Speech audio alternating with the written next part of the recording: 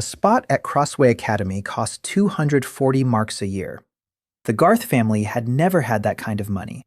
The father signed a mortgage on the house and all 11 plots of the family's ancestral land so that his son could finish his studies until spring. One missed payment, and they'd take the land away. 3 generations had made their living from that land. Now it hung on the signature of a boy who didn't even know his class yet. In a year, 2 guilds and the royal court would be fighting for the right to be the first to buy his harvest. But that morning, Niall Hart was walking along the lower road toward the academy gates, counting his steps so he wouldn't have to think about his debt. He carried a sack on his back. Inside the sack was a change of shirts and a canvas pouch containing 19 grains of bitter root. His mother had slipped it to him at the last moment. She'd said that his hands needed to be occupied with something when his mind was preoccupied with bad thoughts. Hanging from his belt was his father's knife, its blade worn down to half its original length. Niall didn't hand it over even when they ordered him at the gates to surrender all sharp objects. He said it wasn't a weapon, but a work tool. The guard looked at the blade and waved him through. Crossway Academy stood on white stone above the city of Dalen. 6 buildings, 2 training arenas, 3-story glass greenhouses for the craft departments. Niall walked past them without looking up. He already knew that looking around here was considered a sign of being an outsider. The courtyard was full. More than 200 new students stood in a circle. Half were wearing travel cloaks bearing their family crests. The other half were in city school uniforms. Niall was the only one in a homespun jacket. He stood at the edge. No one stood beside him. The announcement ceremony began at noon. In the middle of the courtyard lay a flat gray stone as tall as a person. Instructor Vera Olm explained the procedure. She said that each person would place a hand on the stone, and the stone would designate their class. She said that a class was assigned once and never changed. She said that the classes were divided into 3 circles: the combat circle, the craft circle, the service circle. She said that the rank was determined immediately and that there were 7 ranks. Dorn Velt was called first. He stepped forward unhurriedly. He was a head taller than Niall and wore gloves with a crest on the back. The stone beneath his palm glowed red. A voice announced the flaming blade of the 3rd rank. The courtyard erupted in applause. Someone whistled. The mentor said that the 3rd rank is announced only once every 4 years. Dornvelt returned to the ranks with the expression of a man who had just had confirmed what he already knew. Next came one after another: 2nd tier Stone Fist, 1st tier Weaver of Light, 2nd tier Armorer of the Artisan Circle, 1st tier Herbalist. Each time the courtyard responded with a murmur. Each time the mentor wrote the name in a thick book. Niall was called 68th. He wiped his palm on his pant leg. The stone was warm, like the side of a stove. For a second, nothing happened. Then the stone turned brown. Not red, not white, brown like wet plowed earth. A voice announced, "Farmer, service circle, no rank." The courtyard was silent for 2 seconds. Then someone in the back rows laughed. Then everyone laughed. Instructor Vera Ohm tapped her pen against the book and said that laughter was inappropriate and that the service circle was as essential to the academy as bread. She said this in the even voice of someone reciting a phrase from the charter. She didn't even look at Niall as she wrote down his name. Dornvelt announced loudly, for the whole courtyard to hear, that their class now had its own stable hand. He said that every blade needs someone to clean its stall. Niall didn't reply. He gripped the strap of his bag so tightly that his knuckles turned white. He stared at Dornvelt without breaking eye contact until the other man looked away first. That was the only victory he had that day. After the announcement, the new recruits were divided among the departments. The service corps had 14 members. 13 of them were storehouse keepers and supply accountants. There was only one farmer. They were gathered in a low-ceilinged room by the farmyard. Treasurer Tobrin laid out a sheet with the contribution schedule in front of each person. He was a gaunt man with ink-stained fingers, and he spoke without looking up. He said that the combat and craft circles received an academic share. He said that the share covered half of the annual contribution. He said that the service circle did not receive the academic share because the service circle did not bring glory to the academy in tournaments and did not bring the academy orders from the guilds. He said that for the service circle, the contribution was paid in full. He said that the first installment is 80 marks and is due within 30 days. He said that if payment is late, the student is expelled on the same day, and the debt is collected through a lien. Niall asked if it was possible to work off the debt. Tobrin replied that the kitchen pays 4 marks per 10-day period, and that the kitchen only takes on 2 people. He said that both positions had been filled since last year. He said this without malice. He was simply reading aloud what was in his papers. That was the whole story. No one at Crossway Academy wished Niall Hart any harm personally. It was just that the rules had been drawn up by people who already had land, money, and a family name.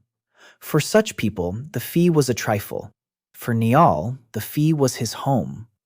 The system wasn't out to kill him. It simply wouldn't have noticed if he'd disappeared. By evening, he'd gone around to everything he could. The craft classes were allotted training plots behind the greenhouses. Herbalists were given 3 raised beds under glass. Weaponsmiths were given a spot in the forge and a quota of metal. Niall went to Vieira Olm, his mentor, and asked for a plot. She looked up the regulations. She said that training land was allocated to the craft circle because the craft circle supplied products to the academic treasury. She said that the service circle worked on a finished product basis and was not entitled to land.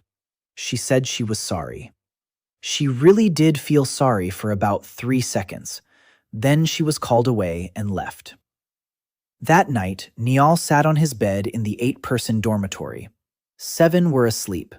He was doing the math on the back of the dues schedule. 80 marks for 30 days. The kitchen was closed. Unloading jobs in town paid half a mark per night, and they only hired adults. He could sell his father's knife for 1 mark, maybe 1.5. He added up everything he could think of and came up with 22 marks. He was 58 short. He sat there staring at the number until it stopped meaning anything. Then he took out his mother's little bag and poured the grains into his palm. 19 of them. Bitter root, a weed-like crop planted on poor soil because, on good soil, everything else crowds it out. His father used to say one thing about such land. He said there's no such thing as dead land. There's only land that everyone has given up on. Niall went down to the lower hall, where the 200-page Academy Charter hung on a chain. He read it until the 3rd watch. On page 109, he found what he was looking for. The clause was old and written in a different hand. It stated that vacant land within the Academy's boundaries would be assigned to whoever cleared it and made an entry in the land register. It stated that the assignment remained in effect as long as the land was being cultivated. It didn't say a word about class circles or ranks. They'd simply forgotten to copy that clause over. Niall copied it onto a scrap of paper and went out into the courtyard. He asked the guards and kitchen staff about vacant land. Everyone gave the same answer. There was no land at the academy. Every scrap of land was already claimed by someone. Until the old stoker told him about the plot behind the 3rd set of greenhouses. He said no one had set foot there for 31 years. He said there had been an accident at the compounds department and that the land had been declared barren back then. He said nothing still grew there, not even weeds. He laughed and said that if the boy wanted land that everyone had given up on, there was no better place in all of Dallin. Niall went there in the dark. The road ended behind the 3rd set of greenhouses. Beyond that was a charred fence made of 4 planks. Behind the fence lay a rectangle of bare earth, 40 paces wide, 60 paces long. Not a blade of grass, not a single bush. The ground was gray and hard as ash under his boot.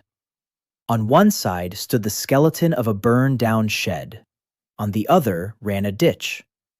Neil stood by the fence and realized he was looking at 2,400 square paces on which nothing had grown in 31 years. He climbed over the planks. He crouched down and scraped away the top layer with his father's knife.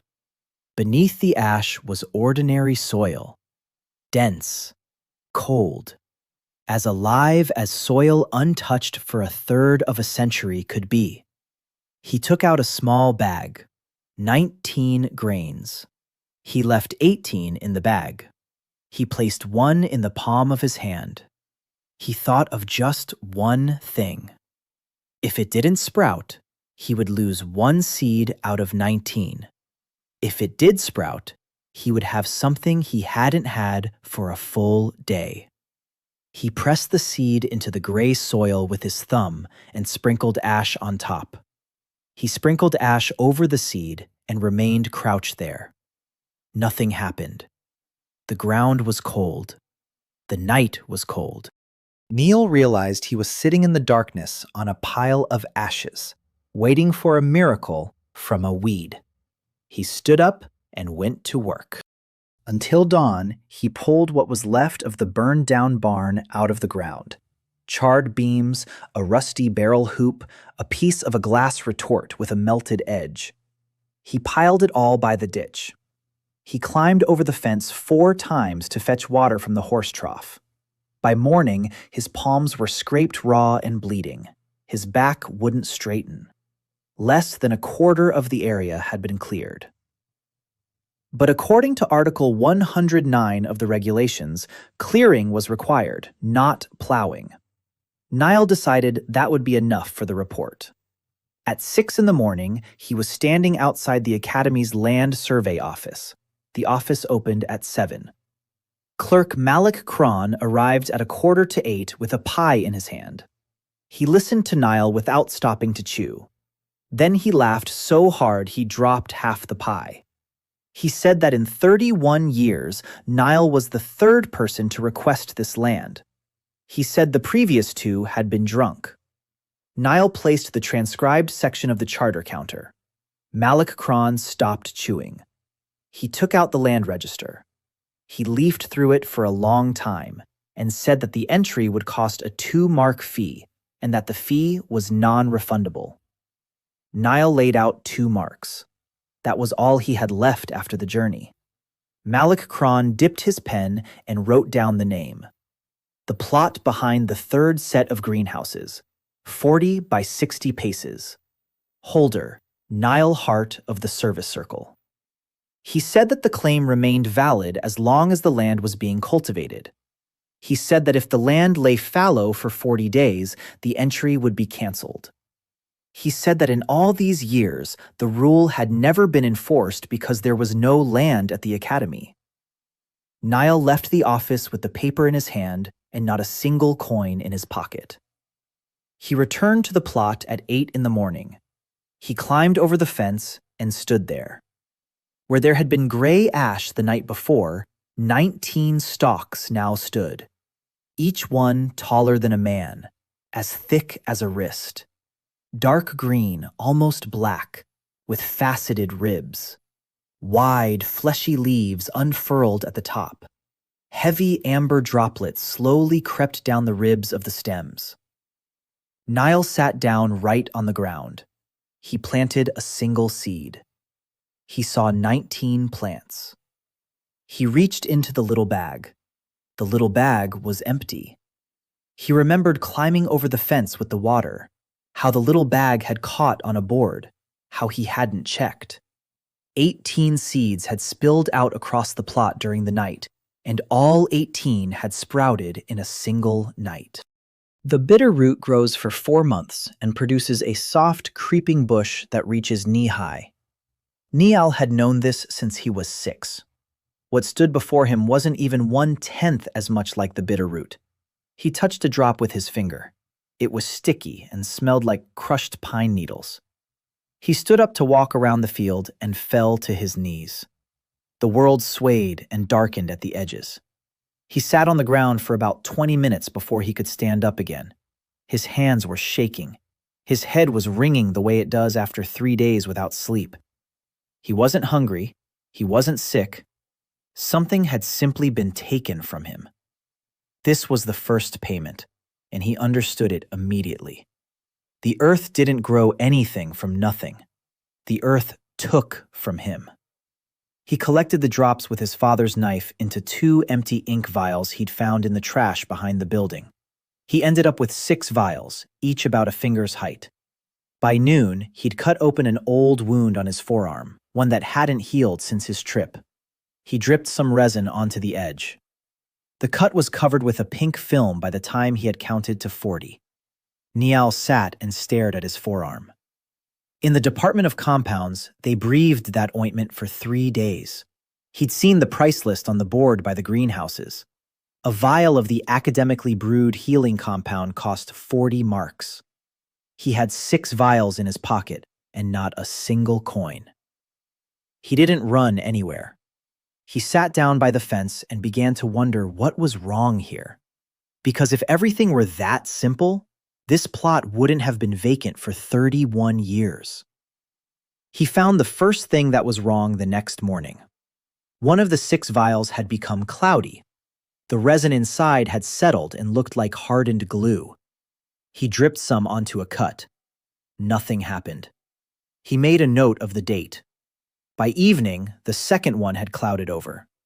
He began to keep track. The resin retained its potency for 9 days after being collected. On the 10th day, it turned into rubbish. Nothing could be stockpiled. Nothing could be set aside for a rainy day. Everything this land yielded had to be sold or used within 9 days. He found the second one that same day. He planted a root fragment from one of the stalks in the same spot where the first stalk had stood. Nothing sprouted, not overnight, nor in 3 days. He tried another spot on the plot, 10 steps away. It sprouted overnight. He returned to the first spot and dug up the soil. It was loose and lifeless, not scorched, just empty, as if milked dry. Niall took a stick and marked out the plot, 40 by 60 paces. He divided it into 10-pace squares. That made 24 cells. 19 stalks stood in 6 of them. He sat down on the rim of the barrel and counted again. He had 18 empty cells. Each cell yielded 1 harvest and then died. He didn't know if the soil would come back to life in a year. He knew that until spring, he had 18 shots and not a single one more. That changed everything. It wasn't a gold mine. It was a limited supply that he could either use wisely or squander. He wrote 3 rules on the fence board with charcoal. Grows overnight, lasts 9 days, 1 cell, once and for all. Then he wrote down a 4th. It takes from me. He didn't know exactly how much it took or what would happen if he planted 20 cells at once. He decided he'd test that on himself later, not during the first week. By the 3rd day, he noticed something else. The stems hadn't stopped. They kept changing. The leaves grew stiffer. Red veins ran along their edges. The drops now fell more frequently and were darker. He gathered a second batch and dripped it onto a fresh cut. The film formed while he counted to 22, twice as fast as the first time. The soil wasn't just accelerating growth, it was driving the plant further, into places where the bitter root had never ventured before. Niall stood in the darkness among the black stems taller than he was, holding a vial of something that wasn't listed in the department's compound catalogs. He counted for the 4th time that day. 6 vials, 9 days, 18 cells, 80 marks in 27 days. He didn't sleep at all that night. In the morning, he washed his face at the watering trough. He wrapped the vials in a rag and placed them at the bottom of his sack. He climbed over the fence and set off along the lower road toward the town of Dalen. As he walked, he kept repeating one thing to himself. He couldn't just walk into a pharmacy and say he'd concocted a healing potion overnight on scorched earth. He needed someone else to say it first. The trip to Dalen took an hour and a quarter. Niall walked, holding the bag with both hands as if he were holding eggs. He had chosen the pharmacy in advance, not the biggest and not the smallest, the third one from the fish market, a sign with a copper mortar. The owner, Selma Drack, had been in business in Dalen for 26 years and supplied half the city guard. He knew this from the stoker, who knew everything in Dalen. Selma Drack listened to him from the doorway and didn't let him finish.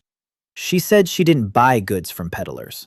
She said that over the past years she'd bought ointment from peddlers 3 times, and all 3 times it turned out to be lard mixed with ash.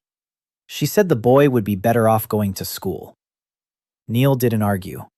He asked if there was anyone in the shop with a burn or a cut. Behind the counter stood Terry, an apprentice of about 15, with a bandaged hand. He'd scalded himself with lye 4 days ago, and the bandage was stained red from the ointment. Neil said he was only asking to have one hand unwrapped, and that if nothing changed after counting to 100, he'd leave and never come back. Selma Drack looked at him for a long time. Then she told Terry to untie it. Under the bandage was a wet red stain on his palm. Neil dripped some resin onto the edge of the stain. Not all of it, just the edge, about a finger's width. He said he'd count aloud so there would be no argument. He counted to 60. By 48, the edge had stopped getting wet. By 60, a dry pink film lay on it. The rest of the stain remained the same. The difference was visible from 2 steps away. Selma Drack walked over and leaned over the boy's hand. She said nothing. Then she took Terry by the wrist and turned his hand toward the window. Then she sat down on a stool at the counter. All the confidence she'd gained from 26 years in the trade vanished from her face in a single breath. She said she brewed healing potions herself and knew 3 recipes. She said that the best of them produced results in 2 days and cost her 9 marks per vial of the raw ingredient. She asked where he'd gotten it. Neil replied that it was his own harvest and that he was a member of the Academy's administrative circle and held the land as recorded in the land registry. He showed her the document from Malik Kron. He didn't lie about a single word, nor did he tell a single word of the truth about how it grows. Selma Drack read the document for a long time. Then she asked the price. Neil quoted 6 marks per vial. He was prepared to haggle it down to 4. She said she'd take all 6 vials at 6 marks each, and that she wanted a contract for regular supply. Neil counted the money on the counter with both hands. 36 marks. He'd never held that much before. Then he said the one thing that could ruin everything, and that he should have said right away. He said the product was perishable. He said the resin retained its potency for 9 days after harvest, and on the 10th day, it turned into glue. He said he couldn't stockpile it and couldn't send it to a warehouse. He said that if she took more than she could sell, she'd lose money on it, not him. Selma Drack looked at him with a new expression. She said that in 26 years, not a single supplier had ever told her in advance what was wrong with his product. She said she'd take 6 vials per decade and that she'd stick to the price. She said that if he found a way to extend the shelf life, she'd double the price. Niall left the pharmacy with 36 marks and the first contract of his life. He walked 20 steps and stopped by the wall. He was shaking. He stood there and did the math. 6 vials a decade at 6 marks each. That's 36 marks for 10 days. For the 27 days remaining, it came to just under 100. The first installment was covered. For the first time in 3 days, he allowed himself to breathe a sigh of relief. It was at that very moment that he made a mistake he wouldn't notice until a day later. He hadn't asked who else was in the shop. Behind the curtain by the back door stood Terry, listening to every word through the crack. Terry owed 4 marks to a dealer named Guest Oldo. Guest Oldo had been supplying herbs and simple potions to Crossway Academy for 11 years and charged the potions department a fixed price for them. By evening, Guest Oldo knew that a certain student in a service position was selling a healing potion in Dalen that was twice as potent as the Academy's and 4 times cheaper. Niall returned to the Academy after dark. At the gate, he was intercepted by Dorn Welt and 2 of his men. Dorn Welt asked where the cart driver had been going in the city and why his pocket was jingling. He said that 2 silver spoons had gone missing from the Academy's common dining hall over the past month. He said this loudly and in front of the guard. Niall took out the paper from the land survey office and laid the money on a stone by the gate. He said the money was received as payment for a plot of land and that the buyer had been identified and was in Dalen on the 3rd Street from the fish market. He said he was ready to go to the treasurer right away and asked the guard to accompany them. He said this calmly. The guard said the spoons had been found back in the last decade in the kitchen. Dornwelt looked at the paper.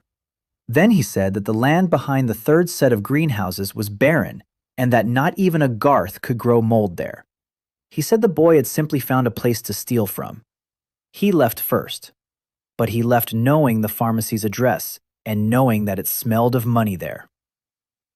Neil slept for 4 hours that night. In the morning, he was at the plot before dawn. He planted the 2nd cell with whatever was at hand, scraps of root from the first stems. By dawn, there were 8 plants in the cell, and they were already different from the first ones. The stems were shorter and thicker.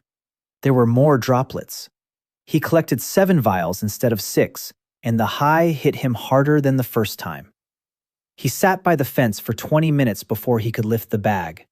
He wrote the 5th rule on the board with charcoal. The bigger the harvest, the heavier the price. Over the next 7 days, he delivered 2 batches to Selma Drac. 13 vials, 78 marks. On the 8th day, he came to the shop and saw that Selma Drac wasn't alone. Standing at the counter was a man in a dark coat with a guild badge on his chest. Selma Drac didn't look at Neil. She said she wasn't taking any today. She said that a guild inspection was coming and that she had 26 years of clean records. The man in the coat turned around. He was about 40 years old, with a broad, calm face, and everything about him was neat. He said his name was Guest Oldo, and that he had been supplying compounds to Crossway Academy for 11 years. He said the boy had good merchandise. He said this without any malice. He said the boy was selling without a guild mark and that, according to city regulations, this carried a fine of 50 marks and a 1-year ban on trading in Dalen. He said he wouldn't file a complaint if the boy agreed to a reasonable arrangement. Neil asked what reasonable meant. Guest Oldo replied that he would take the entire collection, 2 marks per bottle, and resell it himself under his own brand. He said that the boy would lose nothing in the process, but would gain peace of mind. Neil did the math in his head in 3 breaths. 2 marks versus 6, a third, and complete dependence on a single buyer who knows where his land is. He said he refused. Guest Oldo's expression didn't change. He said the boy was young and therefore thought only of money. He said that grown-ups also considered who was above whom. He said that by noon tomorrow, the Academy would receive a request from the formulation department regarding the origin of the goods. He stepped out and held the door so it wouldn't slam. Niall stood in the shop, which smelled of chamomile and mint, and understood one thing very clearly. 8 days ago, his main problem had been 80 marks. He had almost paid off those 80 marks, and now he had a problem that cost more. Guest Oldo held the door open and stepped out. Niall remained standing at the counter. Selma Drack remained silent until the footsteps faded away. Then she said she couldn't accept goods without a mark under inspection. She said it wasn't about courage, but about her license. She said that if the boy resolved the issue with the workshop, he'd have a place in her books. Niall took the sack and headed back. He didn't take the lower road. He went to the academy via the land surveyor's office. Mallet Crone was already about to close up. Niall placed a piece of paper in front of him and asked one question. Was the harvest from registered land considered merchandise or the holder's personal property? Mallet Crone sighed and reached for the code. He read for about 20 minutes while eating his second pie. Then he said that, according to the city charter, a guild license was required for anyone trading in manufactured goods. He said that the tax on land was governed by the land code, not the guild code. He said that a farmer sells his own produce and never joins a guild. He said that in 11 years, no one in Dallin had disputed this because no one in Dallin held land within the city walls. Niall asked for a copy of the record. It cost another mark. He paid. The next morning, the request from the Compound Guild did indeed land on the rector's desk. Niall was summoned for 3 o'clock. He waited in the hallway for 40 minutes. Guest Oldo was waiting with him. They didn't speak. It wasn't the rector inside. Inside was Master Hald Reamer, head of the Compounds Department. A gaunt man in his 50s with chemical stains on his cuffs and a very soft voice. He didn't say hello. He immediately asked where the raw materials came from. Niall replied that they were harvested from designated land.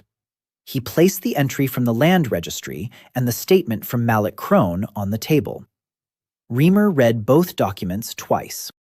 He pushed them aside and said that the paperwork was in order and that the issue wasn't with the paperwork. He placed on the table a vial he'd bought from Selma Drack the day before through a middleman. He said his department had analyzed the composition overnight. He said the mixture contained an extract they obtained from a 4th-year bitter root. He said that a 4th-year bitter root in Alamark costs more per weight than silver. He said that there was more of this extract in the flask than an entire 4th-year bush could yield. He said that such a thing was unheard of and looked at Neil for the first time during the conversation. Neil said that his land produced a bountiful harvest. Raymer asked how long the bush took to grow. Neil said he hadn't counted. It was the first lie in 3 weeks, and it weighed heavily on him. Raymer leaned back and interlaced his fingers. He said he was offering the academy the right to purchase the plot behind the 3rd set of greenhouses. He named a price of 300 marks. Neil remained silent.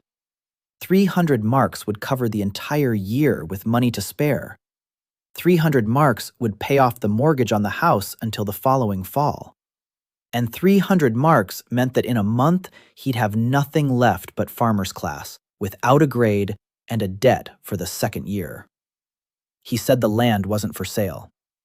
Raymer nodded as if he'd been expecting exactly that. He said that in that case, they'd have to talk about the academic side of things. He said that the department required students to pass a practical exam at the end of the 1st semester. He said that there was no exam topic for farmer in the regulations because, in 40 years, farmer had never been assigned at Crossway. He said that the topic was assigned by the department. He said that he would assign it personally. He said the deadline was 20 days. He said that if a student in the service track failed, they would be expelled without a retake. Then he named the topic. He said that since the academy had heard about a miracle on scorched earth, let the miracle be useful. He said that the compounds department doesn't need herbs from a student. He said that the academy lacks metal for the weapons department. He said that the assignment topic is as follows: let the farmer grow steel. He said this without smiling. Guest Oldo, standing by the door, allowed himself a smile. Neil asked what the requirements for the result were. Raymer replied that the result would be evaluated by Grand Ask, the master of the weapons department, and that he would spot a fake at a glance. Niall stepped out into the hallway. Guest Oldo caught up with him on the stairs and said that the offer for 2 marks was still on the table, and that after deductions, it would amount to 1. He said he meant the boy no harm, and that was true. He simply wanted his land for a lower price. Niall walked toward his plot, piecing together what had happened. He'd won the dispute over the guild token. He'd won the right to trade, and that was exactly why they were now cornering him. As long as he was a penniless freshman with a handful of vials, they'd left him alone. As soon as it became clear that he had something the Department of Compounds didn't, not just one shop, but an entire organization took an interest in him. The victory hadn't solved the problem. The victory had elevated it to the next level. He sat down by the fence and calculated his resources. He made the first payment that very day to Treasurer Tobrin. 14 marks remained. There were 16 empty cells. He had 20 days, and he had no idea how steel was made. He started with the obvious. He took a piece of steel bar and a fragment of a sprue from the smithy's scrap pile behind the building and buried them in the 17th cell. He waited for nightfall. In the morning, the ground was empty and the cell was dead. He lost the cell and got nothing in return. He sat by the dug-up hole and thought for an hour. Then he realized he'd been doing it wrong. You don't put dead seeds into the ground. You plant them alive. The entire future bush is already contained within the seed. The earth merely pushes it forward. The sprue and the ingot were the end of the road. Everything had already been taken from them. They had nowhere left to grow. That same evening, he went to the scrap pile, not for the sprue. He went for the ore. Not for the calcined ore, nor for the smelted ore. For a raw chunk of brown rock with green veins that had been rejected during the unloading of the shipment. He weighed it in his hand. The chunk was about the size of 2 fists. He returned to the work site. He chose the 18th cell. He dug a hole deeper than one for grain. He placed the raw ore in it and covered it with dirt. He sat down next to the fence with his back to the planks so he wouldn't miss the night. He didn't sleep. Around the 3rd watch, the earth in the cell stirred. The soil in the cage stirred near the 3rd guard post. Niall crawled over on his knees, but didn't disturb it. He watched. A slender, gray sprout without leaves was emerging from the soil. It wasn't soft. It rang out when Niall touched it with his fingernail. By dawn, the sprout had stretched to the length of 2 palms and spread out. It wasn't grass. It was metal that had grown just as a stem grows, with knots, a thickening at the base, and 3 offshoots at the top. Niall pulled it out along with a clump of soil as dawn broke and fell onto his side immediately. The price for the metal was heavier than the price for the resin. He lay by the fence until noon and couldn't lift his arm. He spent the 20 days of his sentence as one endures a war. He slept in 3-hour bursts between plantings. He kept a notebook made of 4 stapled sheets and wrote everything down in it. Every planting, every harvest, every failure. And there were more failures. Of the 16 remaining cells, he used 9 for metal. The first yielded a ringing rod that snapped in his hands like a dry twig. He noted that the ore was too low in grade. The second yielded an ingot resembling a melted candle with cavities inside. He noted that he'd placed the ore too shallowly and the root hadn't grown deep enough. The third yielded nothing, and he'd wasted a cell. The fourth produced a rod that didn't break, but bent like tin. By the 5th, he'd stopped taking whatever came his way and began sorting through the spoil by the color of the veins. By the 7th, he had figured out to place 2 pieces of different ore side by side in the pit. What grew from that cell was no longer a rod. It was a flat strip an elbow's length long, with a gray-blue sheen and dark fibers running along it like tree rings. He wrote down the 8th rule. The earth does not create the object. The earth brings to completion what had already begun within the substance. During those same 20 days, he didn't miss a single delivery. He couldn't afford to miss a delivery because, aside from 14 marks, he had nothing. He traded 3 cells for resin. Selma Drack took 6 vials every 10 days and held her price. She stopped asking where it came from. She started asking other things. She asked if he needed an account in her ledger in case he wanted to pay someone off using someone else's name. He said he did. It was the first door that had been opened to him not for money, but because he'd been honest about the 9 days. Over those 20 days, the academy went about its business, and Niall wasn't there at all. Dornvelt won the first course round in the arena and was carried on people's shoulders across the courtyard. The compounds department posted the price list for winter compounds. Guest Oldo brought 4 cartloads of raw materials to the academy and had lunch with Master Reamer. The farmer was mentioned twice. The first time was when he failed to show up for the general roll call and received a penalty. The second time was when someone in the kitchen remarked that the manure hauler looked quite ill and was probably sick. On the 17th day, Neil took a strip of fiber and went to the armory forge. Master Grand Ask was a man as thick as 2 arm spans, with a scorched left eyebrow and a reputation for kicking everyone out. He kicked Neil out twice. The third time, Neil simply placed the strip on the anvil and stepped back toward the wall. Grand Ask picked it up to hurl it after the boy. He weighed it in his hand and paused. He held it up to the forge and examined the cut edge. He placed it back on the anvil and picked up a small hammer. He struck it 4 times. The sound wasn't the one you get from casting. He flipped the strip over and struck it twice more. Then he set down the hammer and was silent for a very long time. Then he asked who had forged it. Neil replied that no one had. Grand Ask said that was a lie. He said he was holding a welded laminate of 2 different steels with fibers in over 20 layers.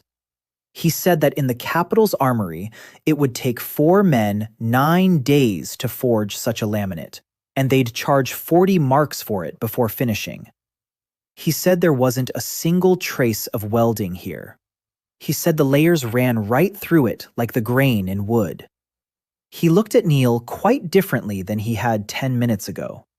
He looked the way masters look at a person who stands above them, though they didn't realize it. He asked how many of these there might be. Neil answered honestly. He said he didn't know, and that each one turned out differently. Grand Ask said he'd take them all. The acceptance was recorded on the 19th day in the forge in the presence of 3 witnesses.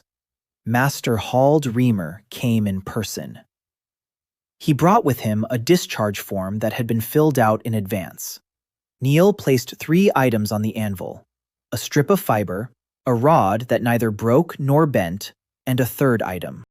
From the last metal cage, he had retrieved something the day before that he himself hadn't expected: a piece of ore with green veins running through its core, forming a perfectly faceted rod with a funnel at the end.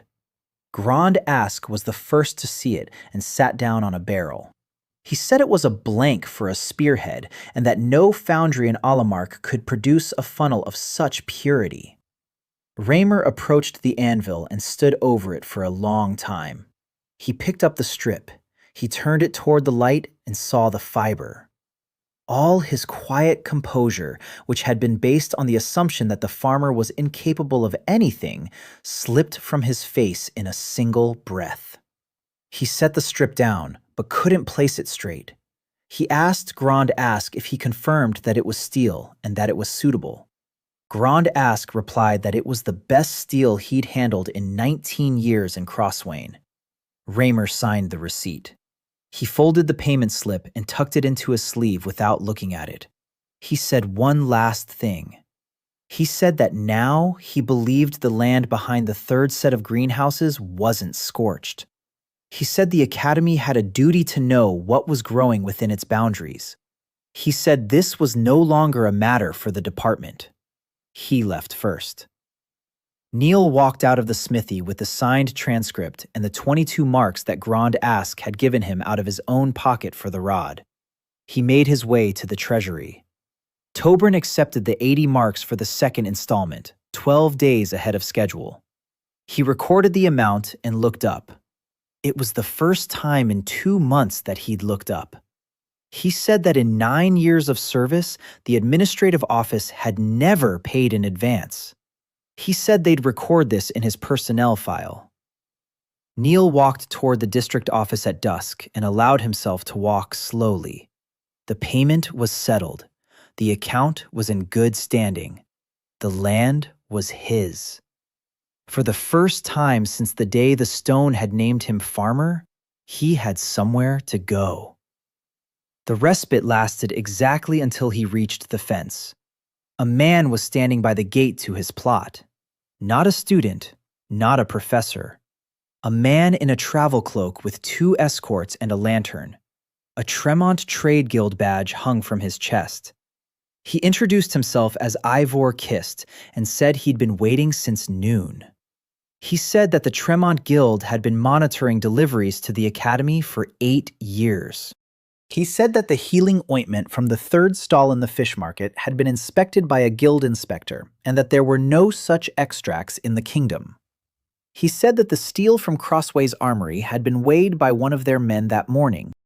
He said that the guild had no intention of making threats or taking legal action. He said that the guild preferred to buy. He unfolded the paper and shone a lantern on it. He said that at noon today, the Tremont Guild had deposited 4,000 marks into the Crossway Academy's treasury for the right to lease the vacant land within the walls for a term of 9 years. He said that the plot behind the third set of greenhouses had been listed as vacant in an inventory compiled 31 years ago. He said that no one had updated the inventory. He said the boy had better sit down.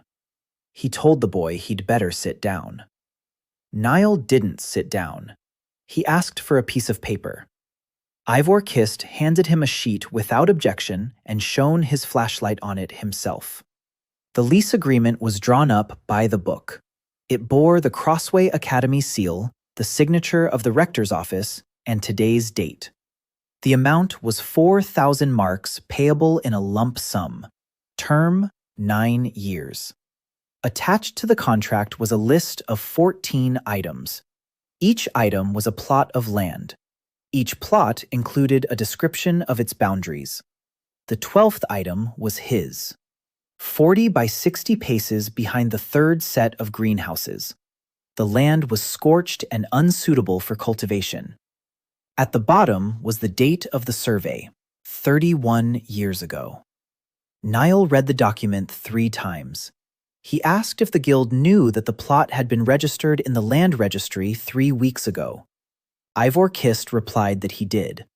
He said he had found out about it at noon today, after the money had already been deposited. He said it was unpleasant, but not fatal. He spoke without pressure or malice, like a man discussing tomorrow's weather. Niall asked what the guild wanted. Kist said that the Tremont Guild wasn't going to go to war over 2,400 square paces. He said the guild preferred to negotiate and that he had come to negotiate, not to evict anyone. He said he was willing to wait until morning. He left one of his men at the gate and walked toward the main gate. Niall didn't go to sleep. He went to wake Malik Crone. The clerk opened the door in his underwear, holding a lamp, and said that in 11 years of service, he had never once been woken up. He was reading the contract while sitting on the bed and chewing on yesterday's pie. Then he stopped chewing. He said that 2 records were in conflict here. He said that the inventory of property considered the plot vacant as of 31 years ago.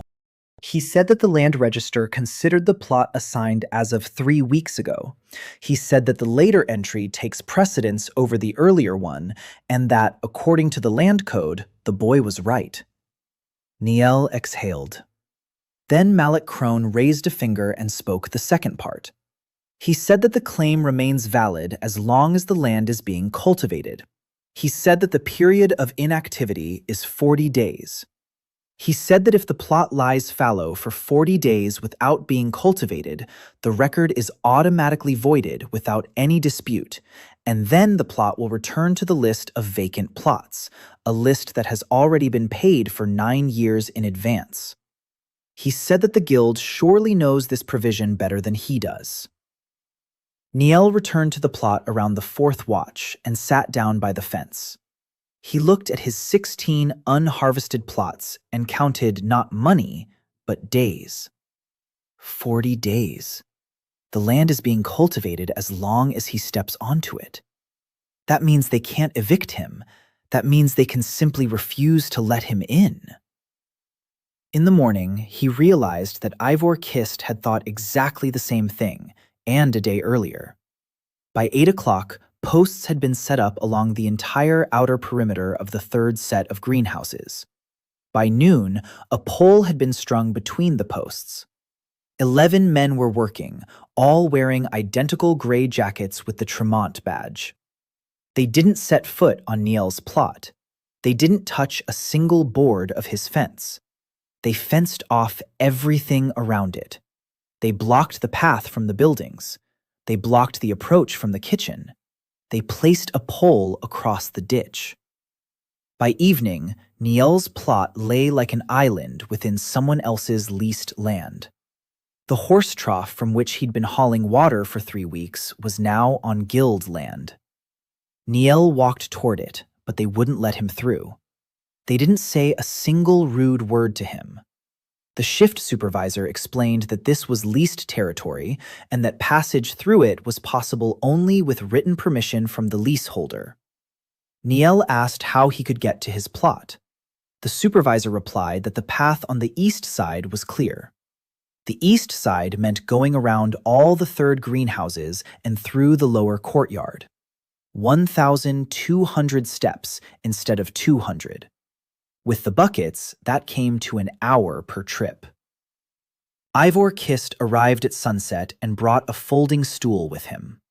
He placed it by the fence and sat down.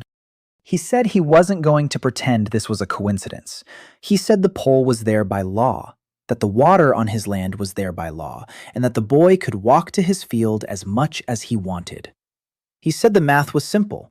He said that without water and without a path, a farmer couldn't cultivate 16 plots, and that 40 days would pass on their own. He said he would have preferred not to do this. He turned to the second page. It was a supply contract. Niel read it all the way through. The Tremont Guild acknowledges the entry in the land register. The guild provides water, access, and security. The guild purchases the entire harvest from the plot at a fixed price. The holder shall not sell to anyone other than the guild. The term is 9 years. Niel reached the price. 8 marks per jar. That was 2 marks more than Selma Drack had paid. He reached the clause about steel. 35 marks per strip. He did the math in his head and realized that in a year, that would amount to more than his entire ancestral land was worth. He placed the sheet on his knee and sat there with it for a long time. Then he asked what would happen if he signed and, a year later, could no longer keep up with the payments.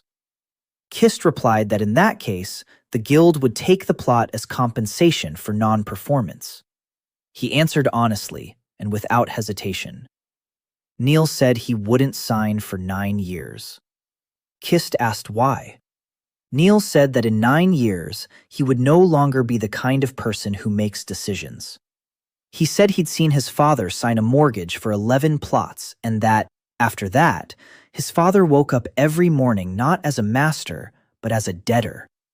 He said that the 4,000 marks belonged to the guild, not to him, and that he had no intention of buying peace of mind at the cost of everything else.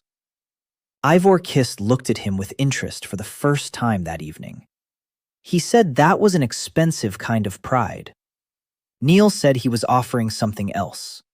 He offered a single commodity, steel only, 40 days only, 4 strips at 30 marks each.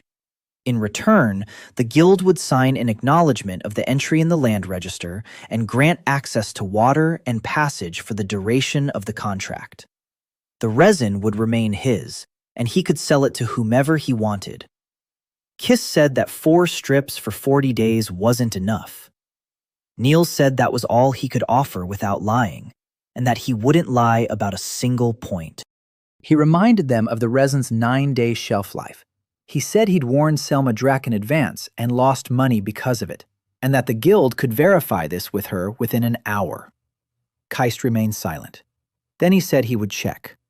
He said the decision would be made in the morning and that the man at the gate would stay. In the morning, a woman of about 35 arrived with Keist, wearing a traveling dress and carrying a wooden box slung from a strap. She was Una Brett, a guild analyst. She didn't say hello. She set the box on the rim of the barrel and began to work. She took a vial of the fresh sample from Niall. She diluted a drop in 3 solutions. She heated them.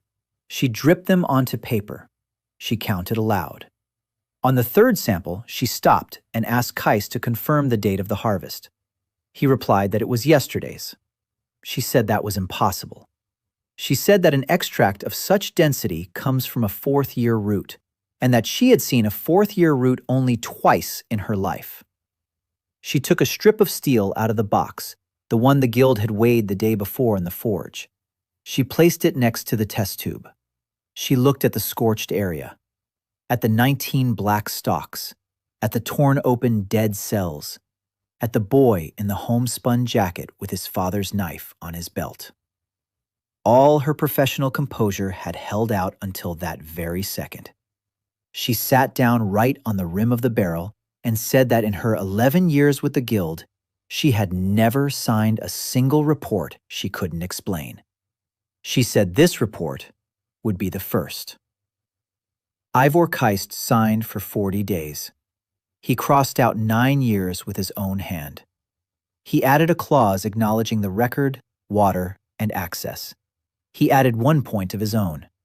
If the 4 strips were not handed over by the deadline, the holder would cede the plot to the guild voluntarily and without dispute. Niall signed. The pole by the ditch was removed that very hour. He was allowed to the watering trough. Keist was folding up the papers and mentioned one thing in passing. He said that the guild had paid 4,000 marks for 14 plots without even looking at them or haggling. Niall asked why the guild wanted 14 plots of land inside the academy. Keist replied that land inside the walls is always more expensive than land outside. He answered too quickly. He answered as one would answer a question that had already been asked. He walked toward the gate and, on the way, told his man to have urgent reports from the north brought directly to him, even at night. Neil stood by the fence, piecing together 3 things in his mind. The guild is paying 4,000 marks for empty land before it even knows about the farmer. The guild is expecting reports from the north at night.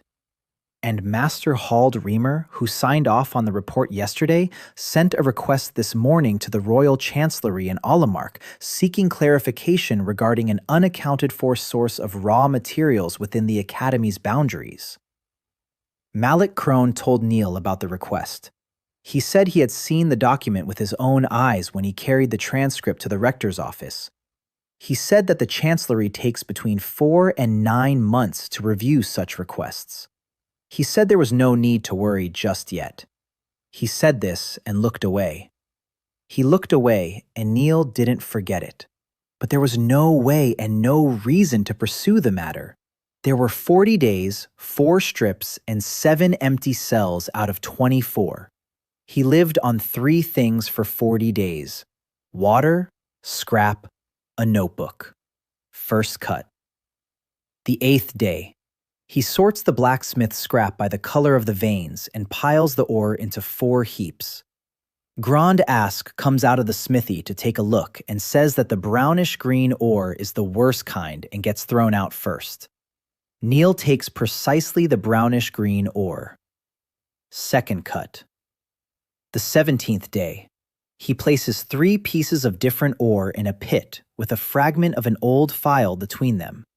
In the morning, a strip emerges from the pit in which the fibers run in a curl rather than straight. Grand Ask strikes it 6 times and says that in the capital, they pay extra for this kind of pattern and call it damask, even though it isn't damask. Third scene. Day 29. He collapses into a ditch after the harvest and lies there until dark because he can't get up. A kitchen boy finds him and thinks the farmer is drunk. Fourth scene. The 38th day. 4 strips lie on Grand Ask's anvil, and Ivor Kist takes them himself and pays 120 marks on the spot.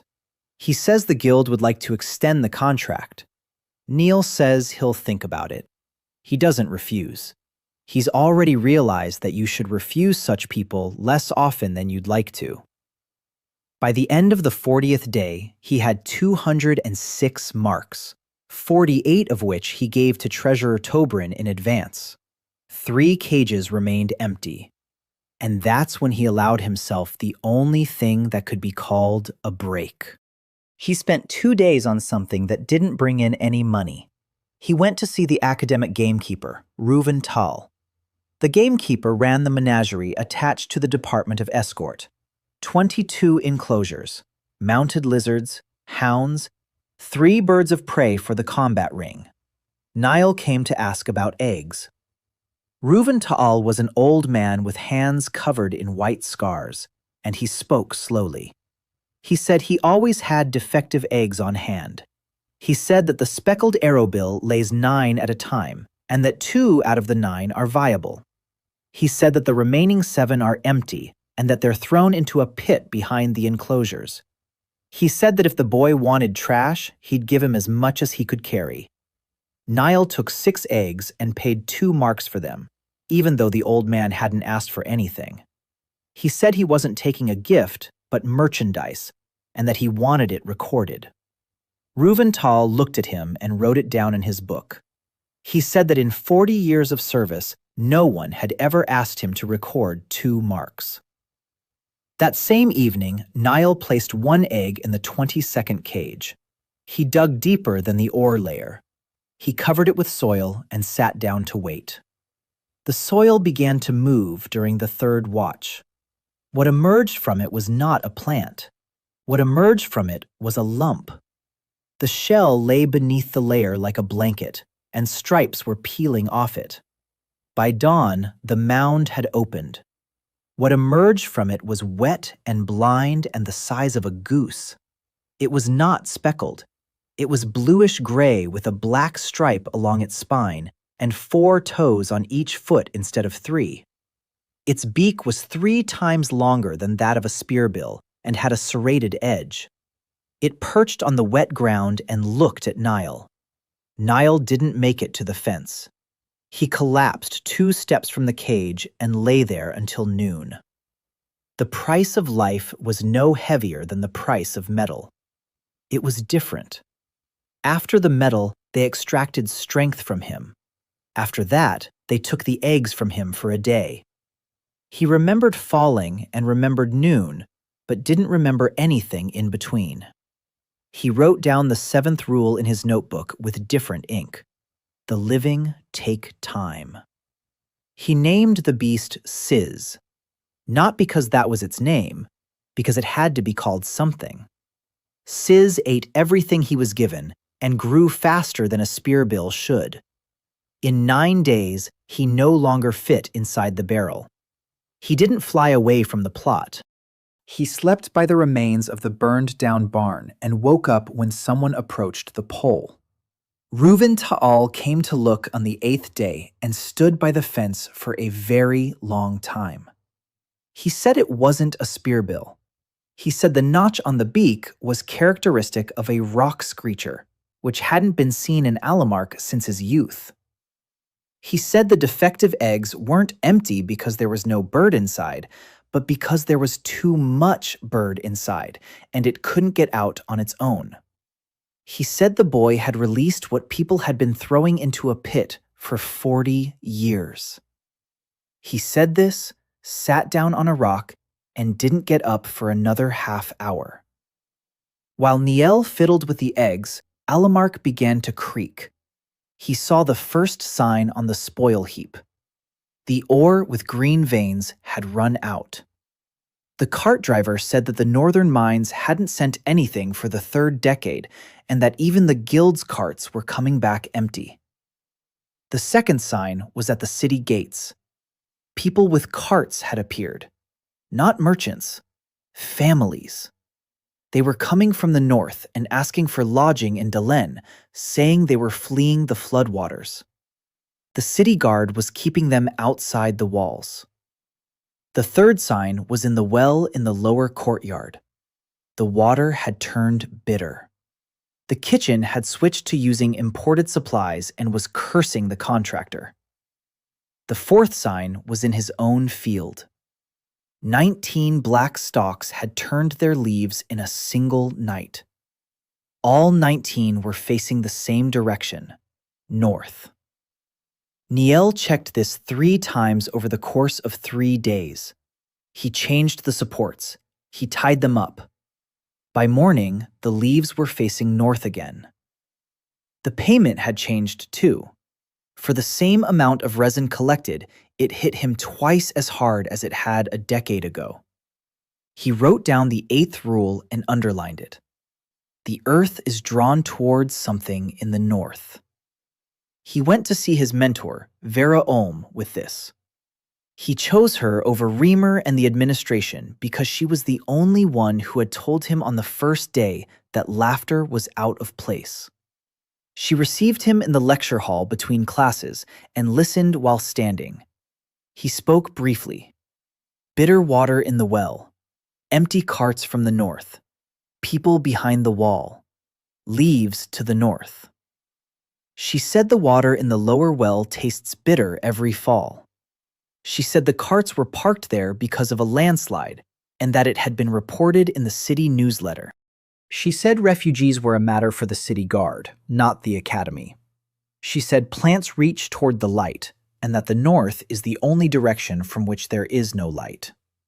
She said she understood his anxiety. She said that the autumn cycle would begin in 6 days, and that the entire academy was focused solely on it.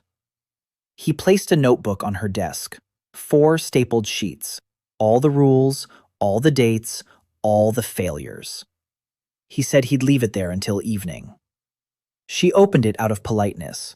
She read while standing and didn't sit down. Then she sat down. She reached the entry about the 9-day shelf life, about the 24 cells, about how he'd wasted a cell on the casting mold, about the 7th rule concerning life and time. She looked up at him in a way that was completely different from how she'd looked at him during the announcement. She said that there were 317 students at Crossway Academy, and that 2 of them had observation notebooks. She said that the second one was a combat circle graduate who counted his strikes. She said she couldn't take this to the dean's office because they'd give her the same answer she'd given him 5 minutes ago. She said she'd do something else. She signed his pass to the lower library and his pass to the service circle's supply warehouse. She said that was all she had. The autumn circle was held on the 6th day, just as planned. Dornwelt won it for the 2nd time in a row, and he was carried across the courtyard with torches. Meanwhile, Niall was hauling water. He didn't go to watch. He'd spent his marks on something that seemed pointless to everyone else.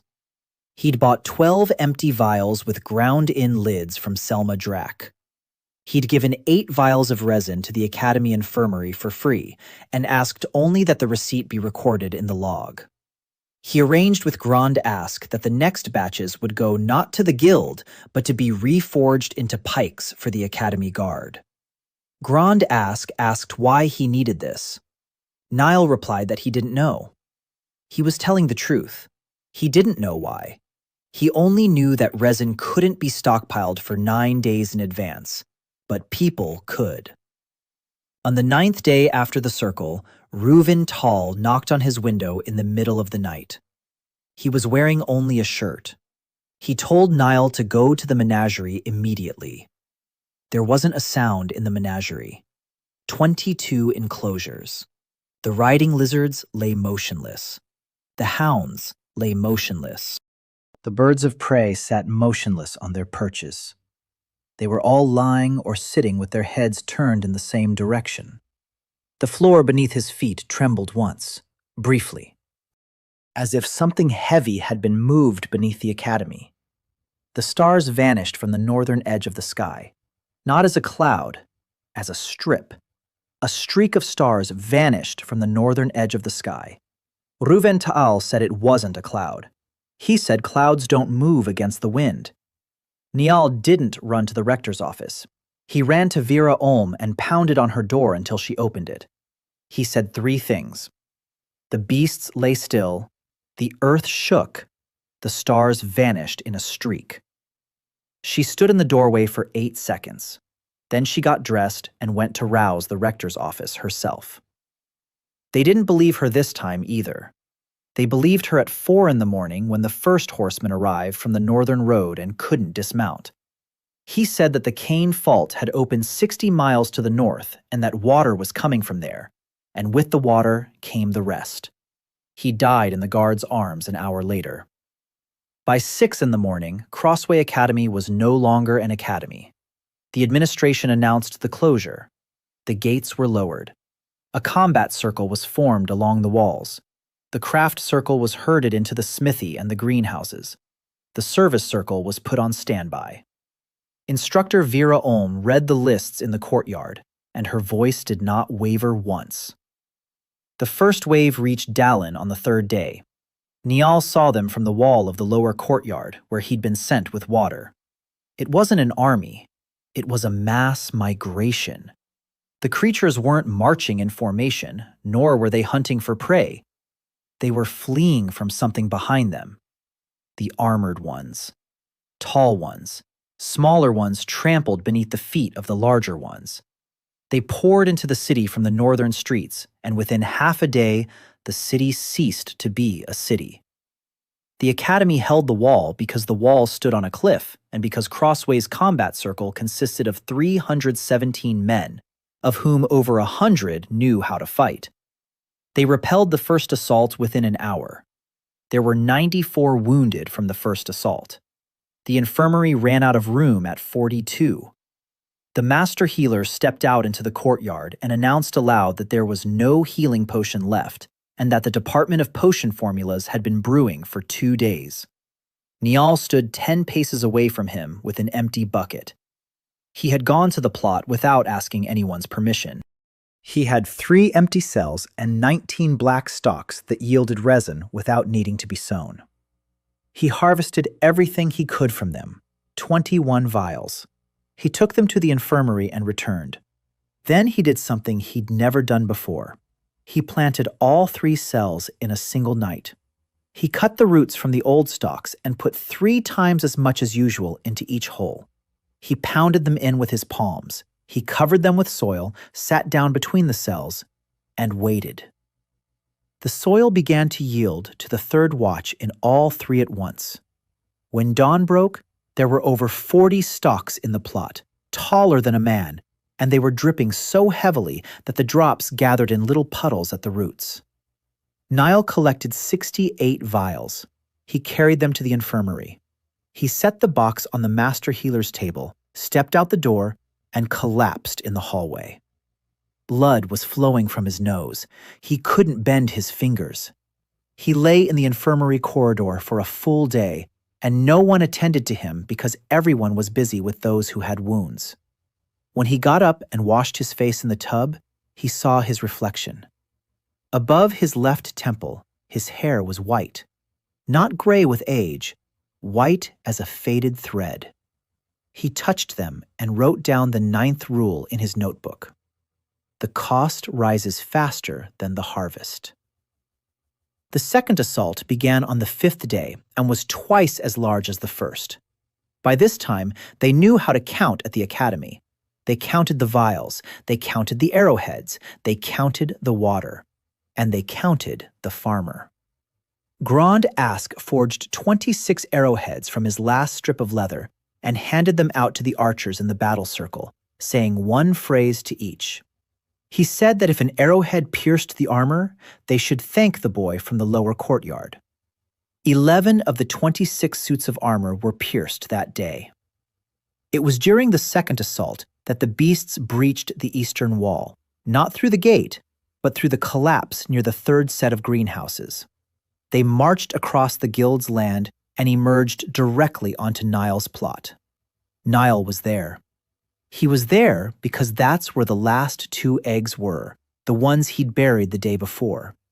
He stood between the fence and the cages, his father's knife in his hand, and realized all too clearly that his father's knife was worth less than nothing against an armored creature. Sis took off from the remains of the shed. He was no longer in goose form. He was chest-high to Niall at the withers. He took down the first creature as it approached, striking with his serrated beak at the joint rather than the shell. He struck 4 times, and the creature stopped moving. He took down the second. He turned and drove the third toward the pole, where he finished it off. At that moment, 2 humps emerged from the ground and unfolded. Both creatures were wet and blind, and both were 3 times larger than Sis had been on the first day. Dornwelt, along with his squad of 10, came to the greenhouses in response to the commotion and stopped at the breach. He saw a farmer kneeling in the mud, unable to get to his feet. He saw 3 beasts that appeared in no academic registry. He saw 4 dead armored creatures. He said nothing. He lowered his blade and led his dozen men around the scene so as not to interfere. That evening, he went to the infirmary where Niall was sitting and stood before him for a minute. He said he was taking back what he'd said about the manure hauler. He said he was saying this only once. He left without waiting for a reply. It cost him more than the entire autumn cycle, and they both understood that. By the 8th day, the wave had subsided. Not because it had been broken, it had passed right through Dalen and moved south along the river. The city still stood. A third of the city was in ruins. Of the 26 shops on the 3rd Street from the fish market, 9 had survived. Selma Drack's pharmacy had survived because its walls were made of old stone. The apprentice, Terry, did not survive. He went out into the street with a box of resin and never returned. Selma Drack told Niall about this without shedding a single tear, and then kept her shop closed for 3 days. Guest Oldo opened his warehouses on the 2nd day of the assaults and gave away everything in them at pre-war prices. He lost over 1,000 marks on the deal. He didn't make a big deal out of it. When Niall came to thank him, he said the boy had nothing to thank him for, and that he had been saving his own reputation, not people. He said this and couldn't bring himself to look him in the eye. The academy began tallying the losses on the 9th day. They weren't allowed to count them. On the 10th day, a column arrived from the southern road. Not a guild column, a royal one. 60 mounted escorts, 4 covered wagons, and the banner of Alamark. At the head rode a man of about 45, dressed in black without a single ornament. Bedvik Stahl, commander of the quarantine zone. He presented the rector's office with a mandate signed by the chancellery. The mandate established a quarantine zone stretching from the Cane Fault to the southern road. Crossway Academy fell within the zone. Under the mandate, the commander was granted the right to allocate all resources within the zone and the right of requisition, with subsequent payment at government-set prices. The administration did not argue. There was nothing to argue about, and no reason to do so. Stoll worked quickly. He set up headquarters in the auditorium in 2 hours. He listened to the reports by evening. He never raised his voice, and no one heard a single unnecessary word from him. By nightfall, he demanded 3 things: a list of the dead, a list of supplies, and an explanation for two discrepancies found in the academic journals. Discrepancy number 1. The infirmary received 89 vials of healing potion during a period when the Department of Formulations had not issued a single one. Discrepancy number 2. The armory issued 26 arrowheads made of steel that did not appear on the delivery slips. Master Hald Reamer provided explanations for an hour and a half. Neil was summoned to the auditorium at 2 o'clock in the morning. Berdevik Stahl sat at a table with 6 sheets of paper in front of him. He did not greet Neil or introduce himself. He asked how many vials the boy could produce in a decade. Neil replied that he did not know. Stoll said that was an unacceptable answer and asked again. Neil replied that the land yields 1 harvest per cell and that there were 0 cells remaining. Stoll made a note of it. He asked how much was needed for the cells to appear. Neil said they needed land. Stoll made a note of that as well. Then he took the last sheet and read aloud the list of requisitions for Crossway Academy. Food warehouses, the forge, the compound department, the menagerie's draft lizards. He reached the end of the sheet. There were 2 final items. A plot behind the 3rd set of greenhouses, 40 by 60 paces, with everything growing on it. And 3 specimens of an unidentified species located on that same plot. He read the last 2 entries and set the sheet aside. Neil said that the plot was registered in the land registry. Stahl replied that the mandate took precedence over the land registry during the quarantine. He said that requisitioning was not a seizure, but a confiscation, with compensation at the government set price, and that the government set price for the scorched plot was 9 marks. He said that the academic menagerie would accept the animals against an inventory. He said that all of this would take effect at dawn. Niel said that the plot would yield nothing to anyone but him. Stahl looked up for the first time during the conversation. He asked why. Niel answered truthfully, because lying to the quarantine zone commander at 3 in the morning would have been foolish. He said he didn't know why. He said that the land would yield only under his care, and that he had tested it with others' hands twice, and both times the land had failed to produce. Stahl looked at him silently for about 10 seconds. Then he crossed out both items on the sheet with his own hand. He said he wouldn't confiscate anything that would cease to function if confiscated. He wrote something else in its place. He added the plot owner to the list of suppliers in the quarantine zone with a mandatory delivery quota. The quota was 60 vials per 10-day period. He said that in the event of a shortfall, the supplier would be held accountable under martial law. He said that payment would be made at the government set price of 3 marks per vial. He said he understood that this was half the market rate, and that the market within the quarantine zone had been suspended. Niel asked about the land. Stahl replied that the land would be provided. He said that within the zone there were 12 abandoned plots whose owners had not survived the first wave, and that he would transfer one of them for Niel's use. He did so. The plot was 4 miles from the academy on the left bank, 30 paces by 40. Niel went out to it the next day with 6 roots from the black stalks and marked out the plots, 12 plots. He planted the first one. That night, the soil gave way. In the morning, 8 stalks were standing, and he harvested 11 vials from them. He was reeling, but he made it on his own. He wrote in his notebook that the cells on the new plot yielded less. He didn't realize then that he had recorded the most important thing in 2 months. He realized this 12 days later. Then came a tally he couldn't keep up with. 60 vials per 10 days at 11 per cell meant 6 cells every 10 days. 12 cells on the new plot would run out in 20 days. He submitted a request for a second plot on the 8th day. Stahl approved it without question. 20 cells. He worked them off in 34 days.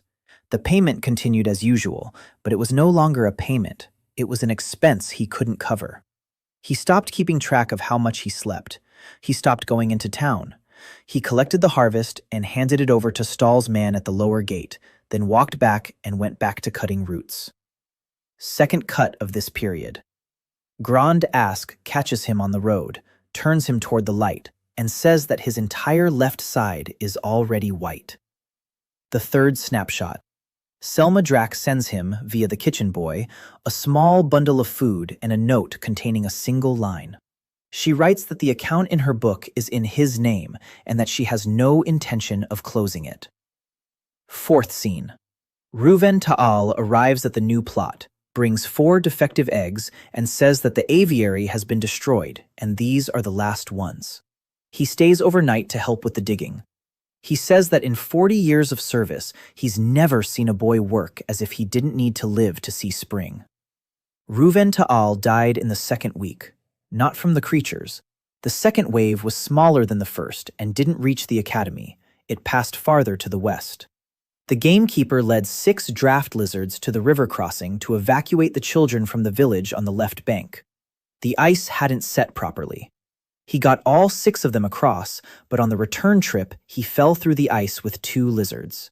They pulled him out an hour later. He lived for 2 more days and died in the infirmary at Crossway Academy alongside 3 others. Niall was out on his land at the time and didn't know. He was told a day after the funeral. He didn't go to the grave right away. He went to the enclosures where Stahl kept Sis and the other 2 on record.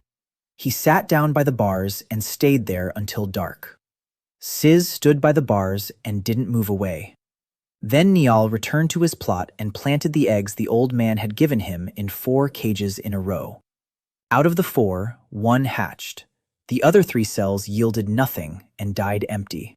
He lay among them until morning, gazing at the sky, realizing that now everything had gone downhill. Things got worse from there. On the 41st day of deliveries, the soil in the first plot stopped taking the seeds. He planted a cell. In the morning, there was nothing there. He planted a second one in another corner. Nothing. He returned to the area behind the third set of greenhouses and checked there. All 24 plots had already been exhausted during the previous cycle. He planted the spot where 19 black stalks had stood. Nothing. He planted the ditch. Nothing. He planted between the plots where he'd never planted before. Nothing. He sat on the rim of a barrel in the middle of his plot and couldn't get it to do what it had done for 2 months straight at the snap of his fingers. He checked for 4 days straight. He checked 9 spots across 3 plots. Not a single one worked.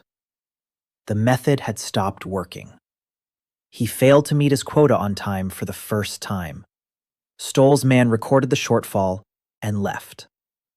The next day, a notice arrived, a warning under martial law. A second one would mean a belt tribunal. By that same day, the deadlines he'd forgotten to keep track of had arrived. Malak Crone found him himself and brought the statement. He said that the plot behind the third set of greenhouses had been listed as uncultivated for 12 days. He said there were 28 days left until the record was cleared. He said that the Tremont Guild had filed a preliminary notice with the office stating its readiness to add the plot to the lease list. He said the notice had been filed yesterday.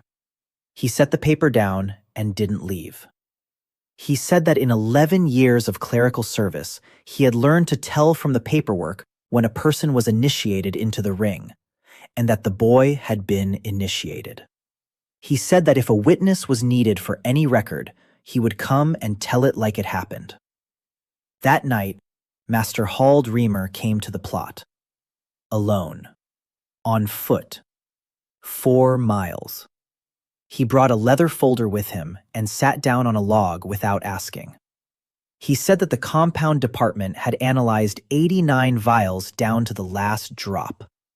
He said that according to the infirmary log, these vials had saved 211 people, of whom 190 would have survived without them, but 21 would not. He mentioned the number 21 twice. He said that in 29 years of work, His department had never once saved 21 people in 3 days. He said he had offered 300 marks per plot and considered it generous, and that he had been a fool to do so. He said that he had assigned the exam topic in order to have the boy expelled by someone else's hand, and that this was his second mistake. He said all this in an even, quiet voice, and never once apologized, because people like that don't apologize. Then he opened a folder and showed the third item. It was a response from the Royal Chancellery of Alamark to his own inquiry. The reply didn't arrive 9 months later. It arrived 7 weeks later. It consisted of 3 lines. The Chancellery takes note. The Chancellery is dispatching a representative. The representative will arrive with the winter caravan. Reamer said that this was his job and that he was sorry. He said the crown wasn't interested in the farmer. He said the crown was interested in the source. He said that, as the office understood it, a source meant land, water, rock, or a living creature, and that humans didn't fit into that category. He said that if the commissioner decided the source was the plot of land, the boy would be thanked and moved away. He said that if the commissioner decides that the source is the boy, then the boy won't be pushed aside anywhere, ever. He left at 3 o'clock, walking again. Neil remained sitting on a log in the barren plot where nothing grew. He added it all up in a single column. 28 days until the record is expunged. 6 days until the next submission, which he won't make. 2 warnings and a tribunal. The winter convoy with the commissioner. His 3 animals listed under someone else's inventory. The old man in the frozen ground. And 9 spots across 3 plots where the land had produced nothing. 9 points across 3 sections, and not a single one counted. He sat on the log until dawn and couldn't come up with anything. In the morning, he didn't go to turn in his work.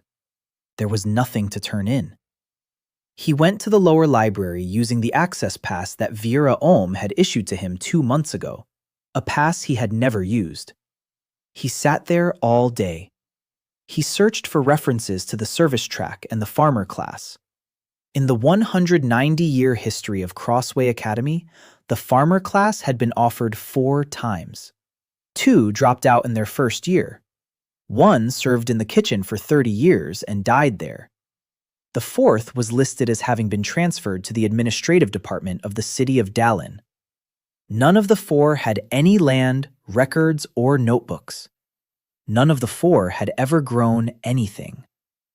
Neil closed the volume and realized a simple truth. He had no one to consult. There isn't a single line in any book in all of Alamark that explains to him what is happening to him. He returned to the plot behind the 3rd set of greenhouses that evening and sat down by the fence where he had sat on the first night. He took out his notebook and opened it to the first page. He reread all 9 rules in a row. It grows overnight. It lasts 9 days. 1 cage forever. It takes from me. The greater the harvest, the heavier the price. The earth brings what it has begun to completion. The living take time. The earth stretches northward. The price grows faster than the harvest. He looked at the 3rd rule the longest. 1 cage forever. He had written it down during the first week when he thought the cage was a patch of earth.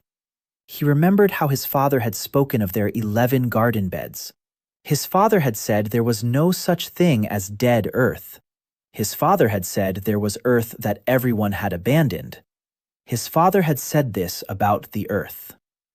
And that's when, for the first time in 2 months, Niall began to wonder if his father might have been wrong in one respect. If there's no such thing as dead soil, then why wouldn't anything grow on his plot? He got up in the middle of the night and went to the remains of the burned-down shed. He rolled out an empty barrel with a broken bottom. He placed it on the depleted plot. He went to the smithy's slag heap and shoveled soil from there into the barrel. Just soil from beneath the slag, the kind where nothing grew except pigweed. He cut the root from the last living stalk and pressed it into the soil with his thumb. He sat down nearby and waited, barely holding out any hope. The soil in the barrel took root during the third watch. Way dawn, a stem as tall as a man with faceted ribs stood rising from the barrel, and amber droplets trickled down it. Niall stood before the barrel for a very long time. Then he laughed for the first time since the beginning of fall, and laughed so hard he sat down on the ground. He had been wrong for 2 months in a row. The soil had never been special. He was the special one. He checked it for 3 days straight, checking it thoroughly and meticulously because he couldn't afford to make a mistake a second time. First take. He plants it in a pot of kitchen soil on the windowsill in the common room. It sprouts. His roommate wakes up, sees a black stem in the pot reaching all the way to the ceiling, and goes back to sleep in the hallway. Second attempt. He plants it in a bag of sand brought from the river. It sprouts poorly and produces half as many drops. Third attempt. He plants it in fresh, good soil from the kitchen garden. It sprouts normally. Fourth scene. He goes to the depleted cell from the first plot and plants it there a second time. It doesn't sprout at all. He put everything away and rewrote the third rule from scratch. He crossed out the word soil. A cell is not a place. A cell is a handful of substance to which he has applied his hand. Each handful works once. A used-up handful does not come back to life. So the plot behind the third set of greenhouses wasn't magical. It was simply the first one.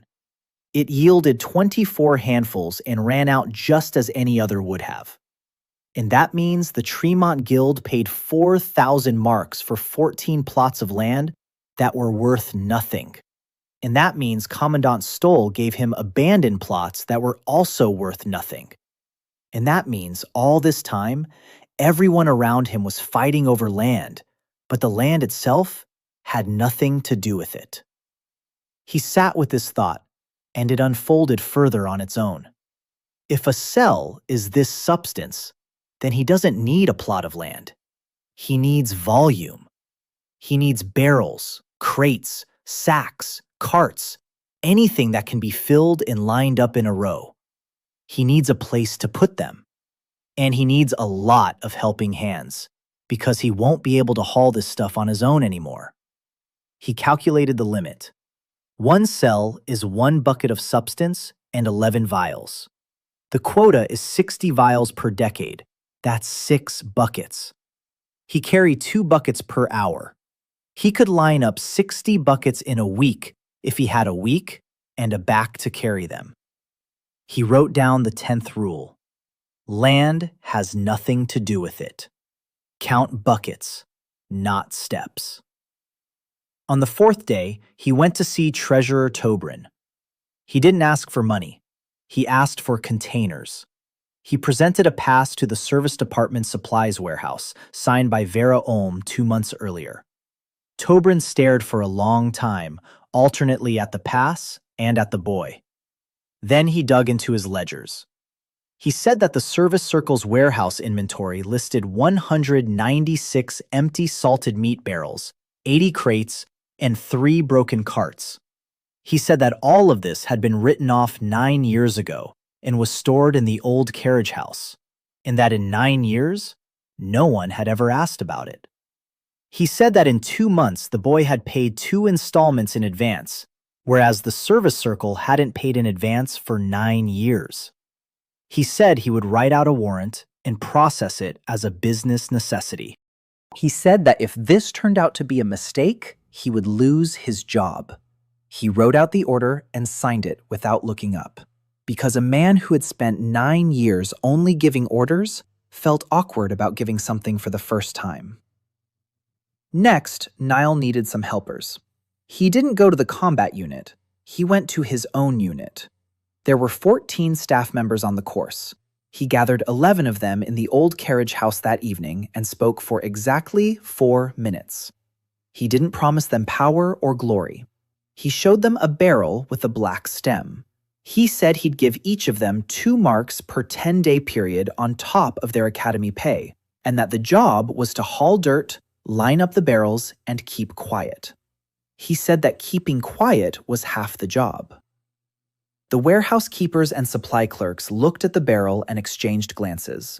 The first to agree was the one the whole class called the second dung carrier. Then 9 more agreed. One refused and left without saying anything to anyone, and this came to light later. By the end of the 6th day, there were 84 barrels in the old carriage shed, filled with soil from the dump, the riverbank, and the kitchen gardens. Niall went around them in a single night and drove a route into each one. The payment for 84 barrels was supposed to kill him. It didn't kill him because he didn't do it in a single hour, but over 9.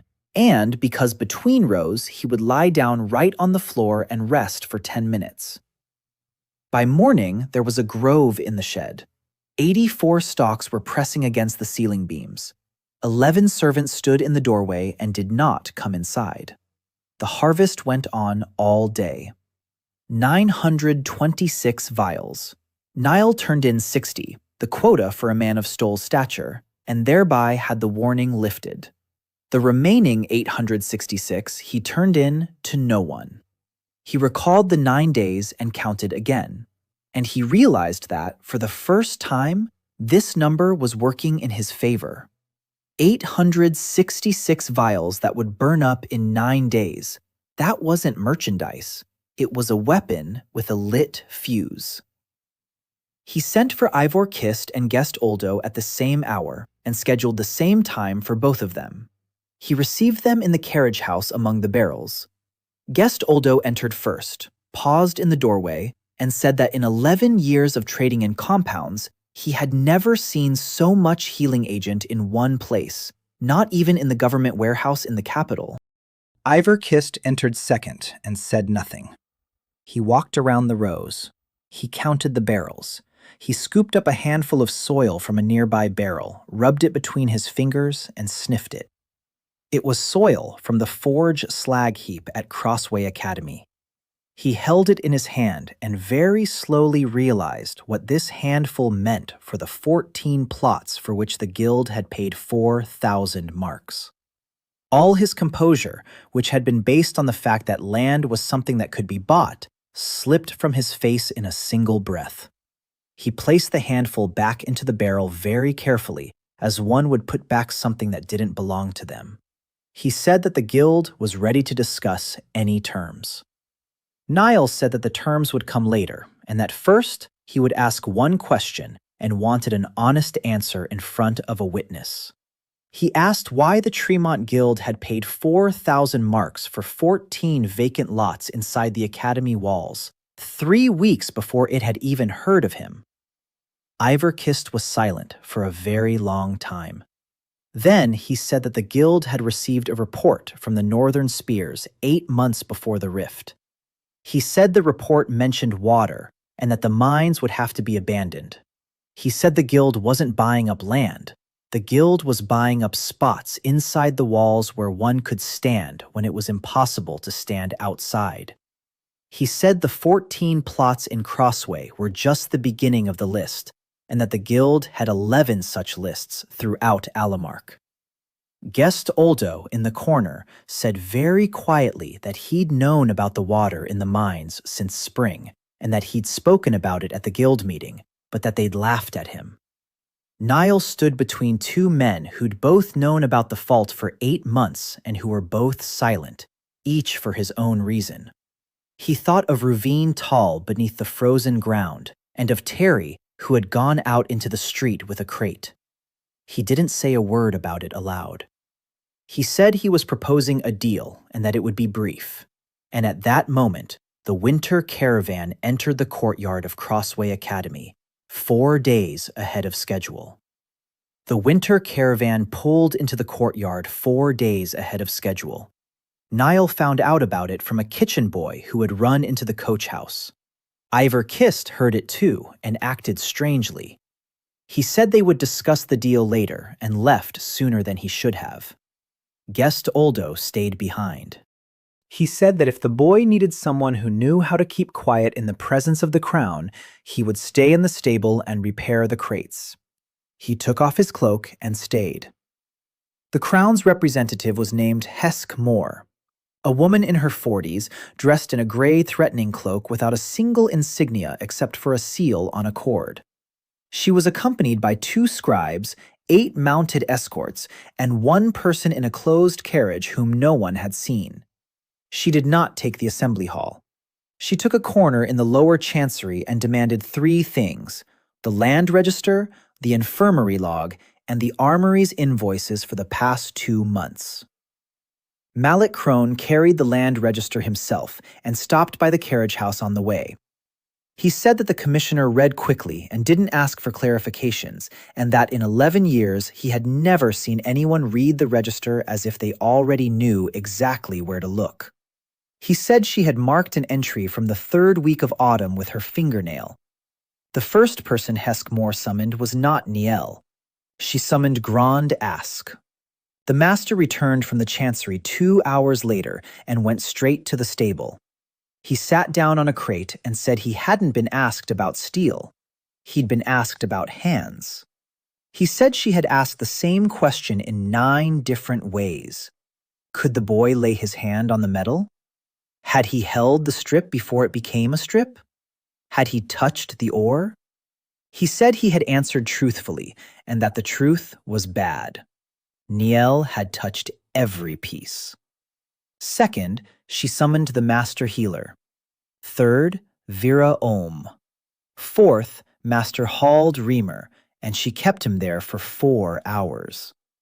Niel was summoned at the end of the 2nd day. Hesk Moore sat at the table with the Book of Lands on her left and the infirmary log on her right. She did not greet him or introduce herself. She said she would ask questions, that 2 scribes were present, and that every word would be recorded in the minutes. She asked his name, class, and rank. She asked when he had claimed his plot. She asked how many harvests he had reaped. She asked about the 9-day shelf life and repeated the question twice. Then she moved on to the next man.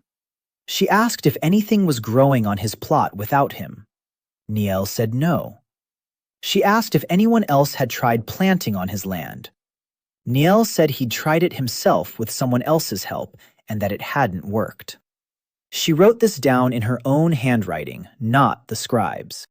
Then she asked about his hair. She asked directly. She asked how long his left side had been white and exactly which harvest it had started with. Niel replied that it was from the night he sowed 3 plots in a row for the infirmary. Heska Moore set down her quill. She said one thing very calmly. She said that the office was considering 3 theories regarding the source's origin: the earth, the rock, a creature. She said that the earth theory had been ruled out within the first 2 hours of work because the log showed harvests from 4 different plots. She said that the rock theory had been ruled out because the ore from the Academy's dump had been tested and found to be ordinary. She said that the 3rd theory remained. Niel asked what the Chancellery does with the source once it's found. Heska Moore replied without hesitation. She said that the source is placed under the Crown's protection. She said that protection means relocation to a secure facility, constant supervision, and a ban on independent contact with guilds and cities. She said this is done to ensure the source's safety. She said she did not consider it necessary to soften the wording. Niel asked whether a human was considered a source under the code. She said there was no such case in the code. She said that in 19 years of service, she had encountered a lack of precedent twice, and that both times a precedent had been established on the spot. She said she would make a decision by the end of the decade. She dismissed him without any pressure, and that was worse than pressure. He returned to the shed by nightfall. 866 vials stood in their crates, burning his hands for the fourth day out of 9. He sat on the floor between the rows and counted down the days for the fourth time that day. 5 days until the vials turned to glue. 9 days until the office's decision.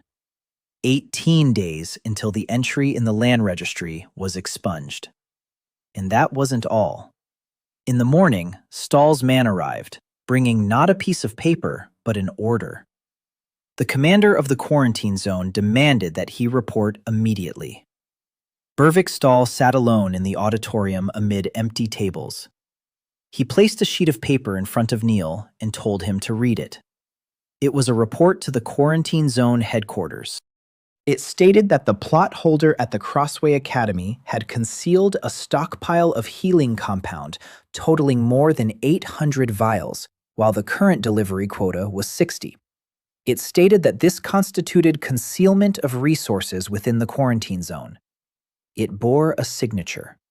It was signed by Len Vero, a student in the administrative corps, the very same 12th who had stood up and left the carriage house in silence. Stahl said that the report had been sitting with him for a day and that he hadn't sent it. He asked why the boy hadn't turned in 866 vials to the belt. Niall replied that he would have turned them in if the belt could have used them within the 5 days remaining. He asked how many wounded there were in the belt at the moment. Stahl replied that there were about 400. Niall said that 400 people meant 400 vials, and that the remaining 460 would burn in the warehouse, and that he hadn't gone to all that trouble for them. Stahl asked where he was going to put them. Niall told the truth. He said he was going to trade them for something that money can't buy. Stahl looked at him for a long time. Then he said that in 22 years of service, he'd seen 3 men who'd bargained with the crown. He said that 2 of them were fools, and the 3rd became governor of the Southern March. He didn't say which of the 3 the boy was more like. He took the report and burned it in the brazier by his desk. He said he wasn't doing this out of sympathy. He said he was doing it because the crown's representative would take the spring to a secure location, and then the quarantine zone would be left without its sole supplier of the healing agent until spring. He said he had 11,000 people in his belt, and that he would fight for them with any piece of paper that came to hand. He said the boy needed to give him a piece of paper worth fighting for. Niall left the auditorium and realized that, for the first time all fall, someone powerful was on his side, not out of kindness, but out of self-interest. He returned to the barn and worked until morning.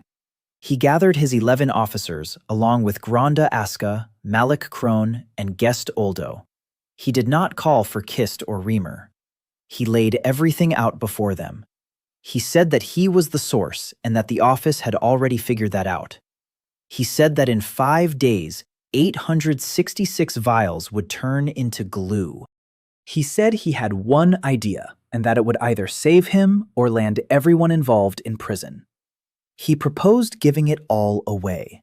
Not selling it, giving it away. Gest Oldo was the first to understand. He laughed his calm, unthreatening laugh and said that this was exactly what he'd done with the warehouses during the first wave, and that he'd lost 1,000 marks back then, but had come out unscathed. Malik Crone said he could record the distribution in the academic ledger of receipts in a single night, and that each entry would include the date and the recipient. Grand Ask said he would provide the carts. The distribution was completed in 3 days. 412 vials went to the infirmaries in the quarantine zone, signed for by Mr. Stoll. 260 went to the town of Dahlen via Selma Drack's pharmacy, free of charge and recorded in her ledger. 119 were sent to 3 villages on the left bank, where no one had delivered anything since the first wave. 75 went to the academy itself. Not a single vial was sold. Malik Crone recorded every one. 317 students at Crossway Academy found out about it within a day. The town of Dahlen found out within 2. The 5th update of the week was brief.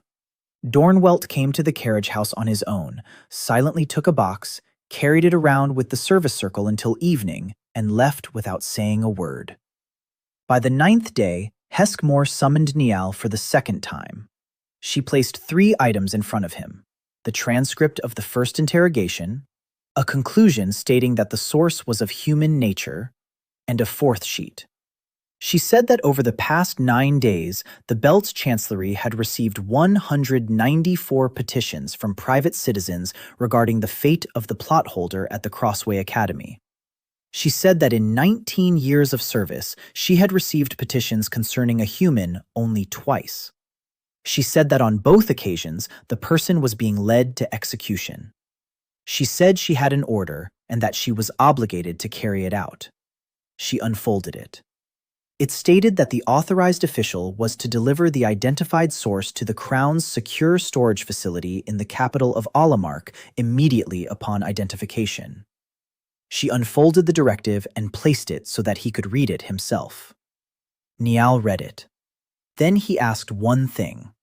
He asked if the word person appeared in the directive. Heskmore replied that it did not. The directive used the word source. She said that this wasn't a loophole and that the office understood source to mean whatever it produced. Niall said that in that case, let the office verify exactly what it was producing. He asked for 1 day. He said that if, in a day's time, it turned out that he was the source, he would go on his own, unescorted and without argument. Heskmore gave him a day. She didn't give it out of mercy. She gave it because she was drafting the report, and because nothing in the report was to remain unverified. Niall spent that day not preparing an escape. He spent it in the carriage house with 2 of the commissioner's scribes and with Grand Ask as a witness from the academy. He showed them everything. He planted the root in a barrel of soil from the dump in front of them. He planted the root in a barrel of river sand. He had the scribe plant the root. Nothing sprouted for the scribe. He had Grand Ask plant it. Nothing sprouted. He planted it himself in a handful of soil that the scribe had brought from outside the gate and that Niall had not seen until that moment. It sprouted overnight. By morning, all 3 were standing in the shed looking at 2 rows of barrels. In one row stood stalks as tall as a man, and in the other, nothing. The senior scribe said aloud that everything was now clear and that the matter was closed. And that was when Niall said what he'd been waiting all day to say. He said that wasn't all. He led them out of the shed and across the yard to the plot behind the 3rd set of greenhouses. He showed them 24 empty cells. He said that he had planted in 4 spots here last week, and nothing had sprouted. He suggested they check. He planted a root in the 3rd cell right in front of them. It didn't sprout. He planted one in the 9th cell. It didn't sprout. He planted one in a barrel of soil from the 3rd cell. It didn't sprout. He planted one in a barrel of soil brought in from outside the gate 10 minutes ago. It sprouted. The senior scribe was taking notes very quickly. Niall spoke last. He said that if he were the source, he should be able to grow anything on any medium as much as he wanted. He said that wasn't the case. He said that each handful of the substance works only once, and after that yields nothing to anyone ever. He said that he wasn't the only source. The source is him plus the untouched substance. He said that if they took it to secure storage, the Crown would end up with a man sitting in a room. He said they'd have to bring the substance into the room. He said they'd have to bring it in buckets, and that those buckets would have to come from somewhere, and that after each bucket, the substance would be dead. Heskmore listened to the clerk's report for 2 hours. Then she summoned Niall and spoke with him alone, off the record for the first time. She said she understood the maneuver. She said it didn't cancel the directive, but changed its meaning. She said that now she would have to write to the Chancellery not about the delivery of the source, but about establishing a permanent supply at the source. She said that these were different types of paperwork and that the second one did not go through her department, but through the Crown Treasury. She said that the second document would take not a decade, but half a year to be reviewed. She said this in an even tone and added one personal remark at the end. She said that in 19 years of service, she had never met a person who had managed to gain time from the Chancellery without lying even once. She left on the fourth day with the winter convoy, leaving behind a single scribe at the academy and the directive in force but unfulfilled. As she said her goodbyes, she remarked that she would return in the spring and that by then the boy had better be more useful to the crown than he was now, because those who are useful aren't taken away. Niel did not win. He was given 6 months, and those 6 months began with everything else falling apart. The first thing fell apart that very same day. Ivor Kist submitted a final demand to the Land Survey Office. The plot behind the third set of greenhouses had been listed as uncultivated for 29 out of 40 days. The guild demanded that the downtime be recorded and the entry prepared for cancellation.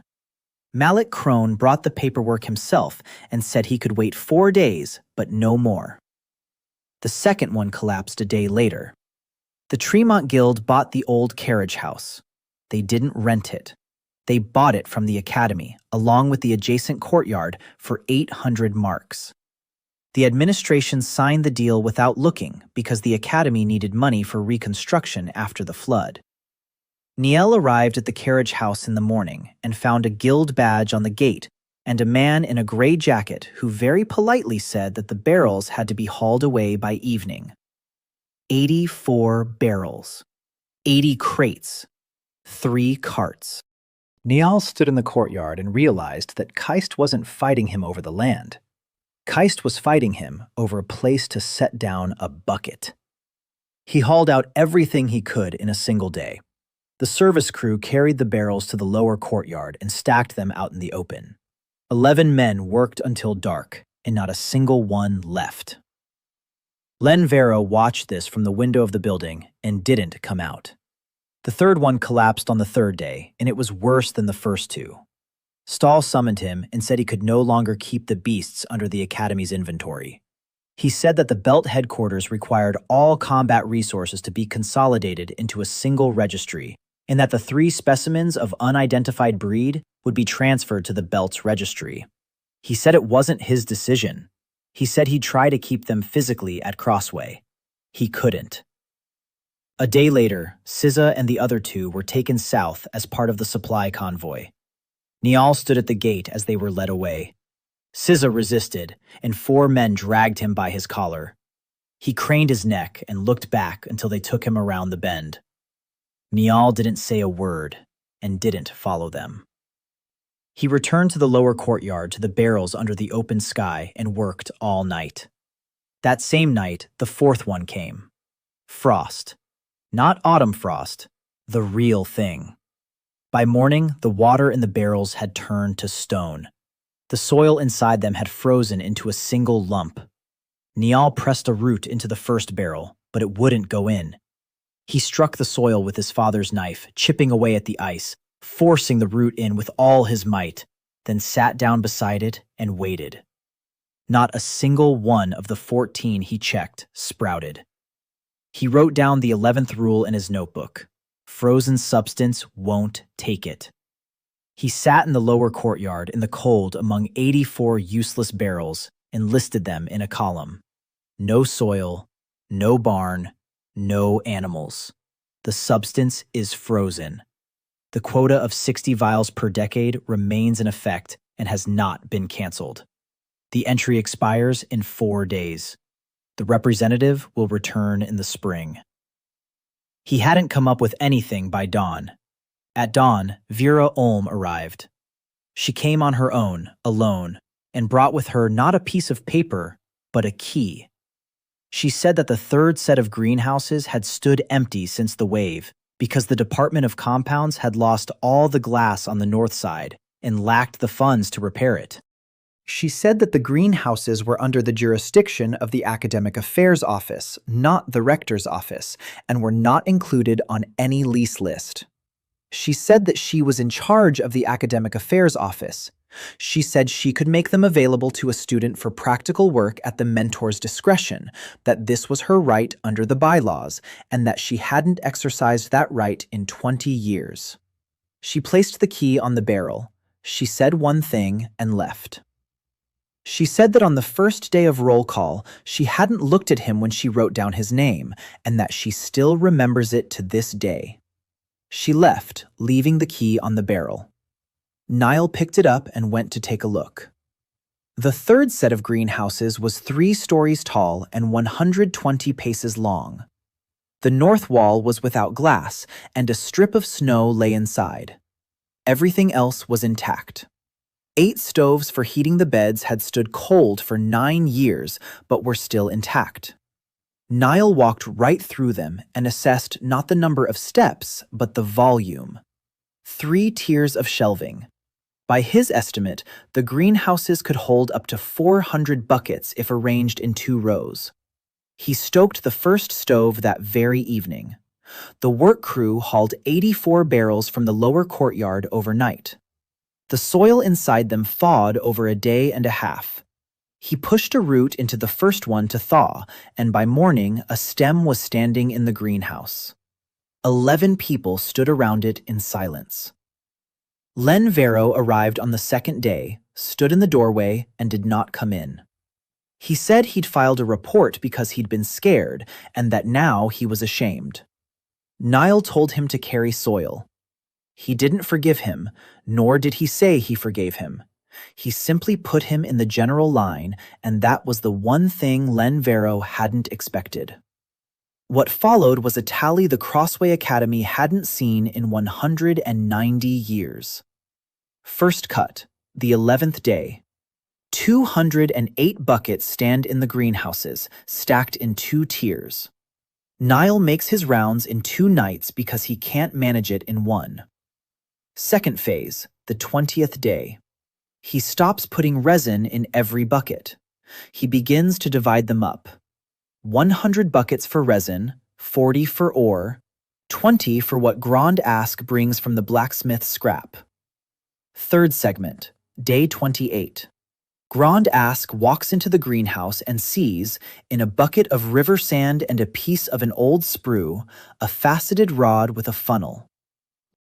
He sits down on a step and says that in 19 years he's never seen metal grow in rows. Fourth scene, day 35. The first batch reaches belt height as it emerges from the greenhouses. 180 vials instead of 60. Stoll's man counts them 3 times. The entry in the land register was cancelled on the 4th day, just as Mallet Crone had promised. The plot behind the third set of greenhouses was transferred to the Tremont Guild's lease list. Ivor Kist won 24 dead cells and a piece of ash enclosed by a pole. He came to look at the greenhouses a week later and stood in the doorway counting the tiers. He didn't say a word about the land. He said the guild was offering a supply contract. Niall said that now he would set the terms himself. He did. The guild would purchase no more than 1/3 of the harvest. The price was 8 marks. The term was 1 year, not 9. The guild would receive neither the right of first refusal nor a ban on other buyers. And one additional condition. The guild would supply him with the material. Not the land beneath the academy, but river sand, clay, rock from the southern quarries, and whatever else he specifies. 1,000 buckets per decade. Ivor Kist asked why the guild would have to transport dirt to him. Niall replied that the guild had been transporting raw materials to the Academy's Department of Compounds for 11 years, and that now it would transport raw materials to him. Kist signed. He signed because he had already spent 4,000 marks on land that was worthless, and because he needed to bring at least something back to the guild. He signed and said one parting remark. He said that the boy had learned to count not only money, but also who was above whom. Over the winter, the Crossvein Academy had changed so much around Niall that he hadn't had time to notice it. The staff had grown from 14 to 41 because the administration had authorized transfers from the vocational school. Warehouse keepers and inventory clerks walked through the greenhouses with notebooks, keeping track of the buckets according to his model. Grand Ask had moved his small forge to the annex and was forging right there. Master Hald Reamer sent 2 of his students to work in the greenhouses and wrote in a cover note that the Department of Formulas was requesting cooperation. He never came himself, and Niall understood why and didn't press the matter. Selma Drack visited the academy for the first time in 26 years of trading. She walked through the tiers, touched the stems, and said that she now understood why the boy had honestly told her about the 9 days on the very first day. By the end of winter, the greenhouses were yielding 420 vials and up to 30 metal blanks per 10-day period. The belt was meeting its quota 3 times over. Dalen bought through the pharmacy. The guild took a third. The academy took it for free and kept a record. And then what was bound to happen, happened. The fee wasn't canceled. It went up. Niall made his rounds collecting 400 buckets in 2 nights and lay in bed for a full day after each round. The white spot had spread to the back of his neck. He began to forget things, not names or events. He was forgetting intervals of time. He'd write the date in his notebook and discover that the previous entry had been made 6 days ago, yet he could only remember 2. He wrote the 12th rule, and the handwriting on that line was no longer his usual handwriting. The toll is taken not by force, but by time. For the first time, he calculated something he'd never calculated before. He calculated how many buckets he could carry in his entire lifetime. He couldn't come up with a number. He realized that the more he gave, the less remained, and that it would end in only one way. He didn't tell anyone about this except his notebook. Others spoke of it for him. In early spring, a man whom Niall hadn't invited came to the greenhouses, Master Hald Reamer. He climbed up to the 2nd level, found him between the rows, and made him sit down. He took him by the chin and turned him toward the light, just as Grand Ask used to turn the strip. He looked at him for a long time. Then he said that the boy's pupils were different sizes, and that the skin on his hands didn't heal after cuts. He said he'd seen this twice before. He said that both times it had been formulators working with 4th-year extract without protection, and that both had died before turning 40. He said the boy was 19. Niall said he knew and that this was his expense.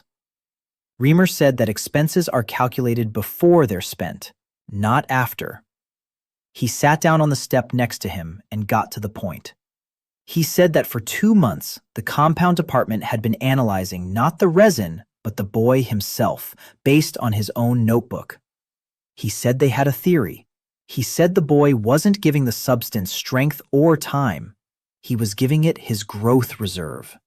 He said that every living thing has a limit to how many times it can grow and heal, and that the boy was squandering that limit on extraneous things. He said that the limit cannot be restored by anything known to the department. He said that 400 buckets per decade is a journey 3 years long. Neil was silent. Then he asked one thing.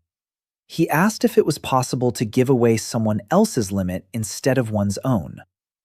Reamer replied that he didn't know and that it was an unpleasant question. Neil said the question was simple. He asked what would happen if a person gave up their limit voluntarily and with full understanding. Reamer said that in that case, it would no longer be science but law, and that there were no such laws in Alamark. That very night, Neil conducted his first experiment, though not entirely on himself. He planted the root in a bucket together with Len Vero. He held the root with his hand, while Len Vero held his wrist. It didn't sprout. He tried it with Grand Ask. it didn't sprout. He tried it so that he held the root while another person poured the soil into the bucket and packed it down a minute before planting. It sprouted, and the payment that night was half as heavy. He sat right down on the greenhouse floor and realized he had found it. It is not only he who gives of the substance is given by whoever has put labor into it. He tested this for 6 days and wrote down the 13th rule. The more hands are involved in the bucket, the less is taken from me. He gathered 41 staff members on the lower level and explained this to them without embellishment. He said that whoever carries and tamps down the soil also gives up a part of their own growth. He said that this isn't free and that they would pay back more slowly than he would, but they would pay.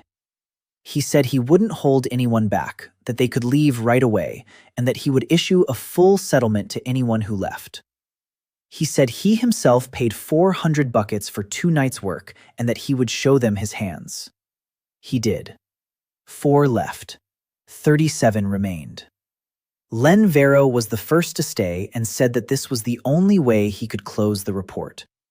And that very evening, when everything had settled down, a man sent by Stoll arrived at the greenhouses with a document.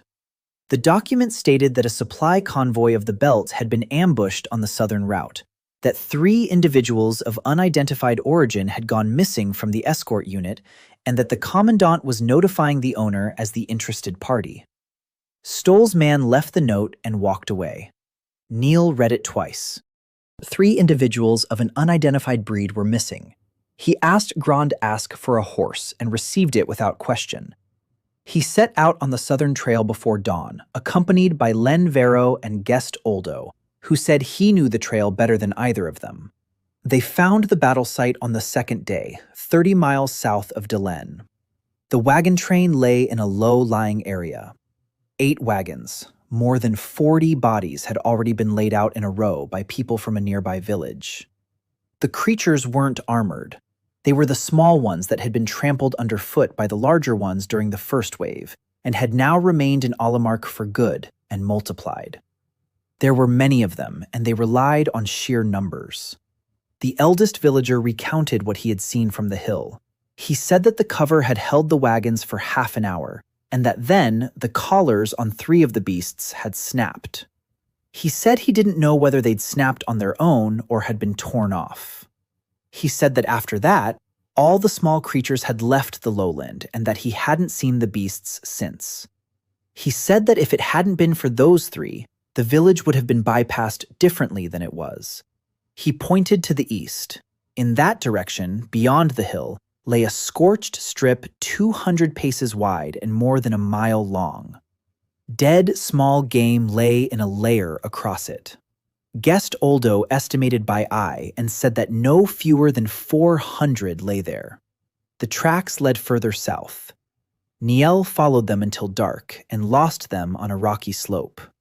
He stood on that slope and realized that Sis was alive, and that Sis had not gone to him but had gone where the small creatures were heading.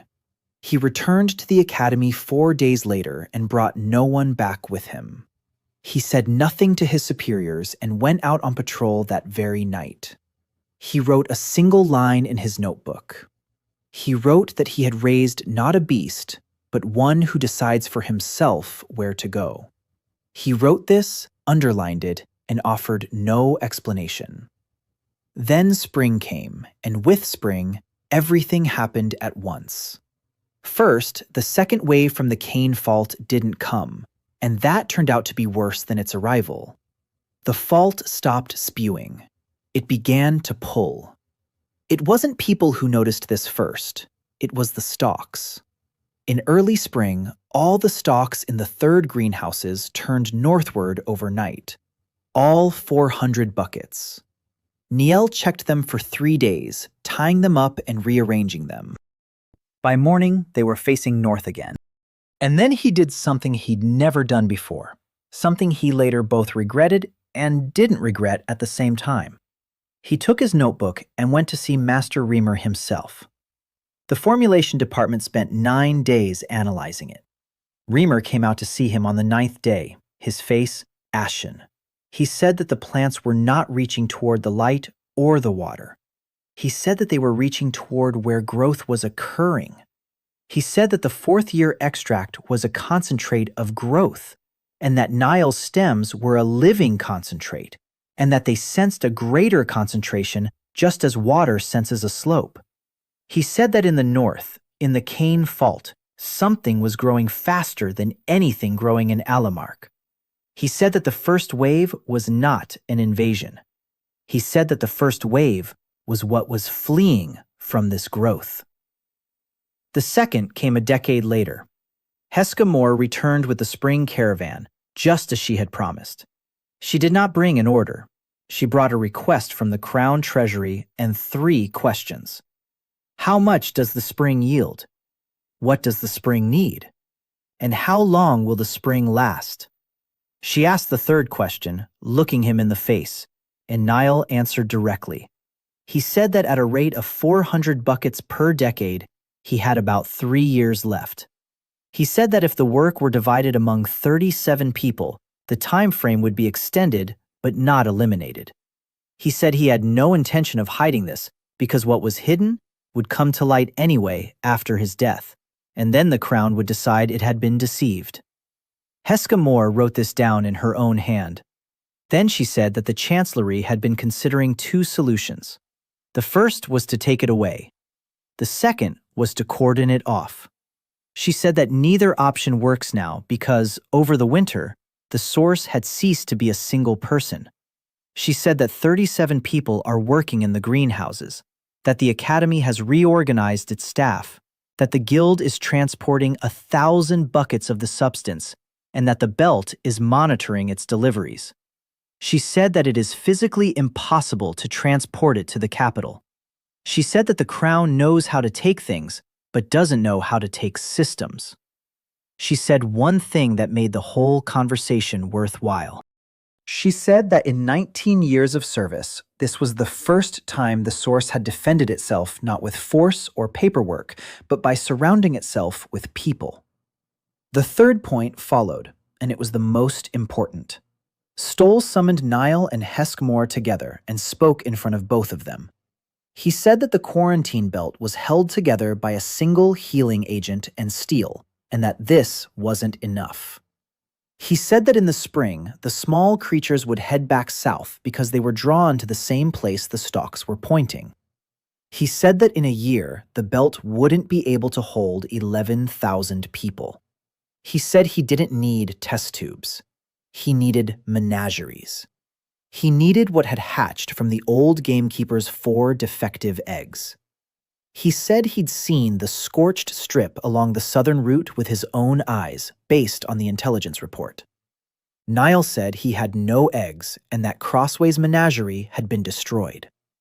Stoll said that there were eggs in the capital, in the Southern Mark, and in 3 guild nurseries, and that he would bring them if the crown permitted it.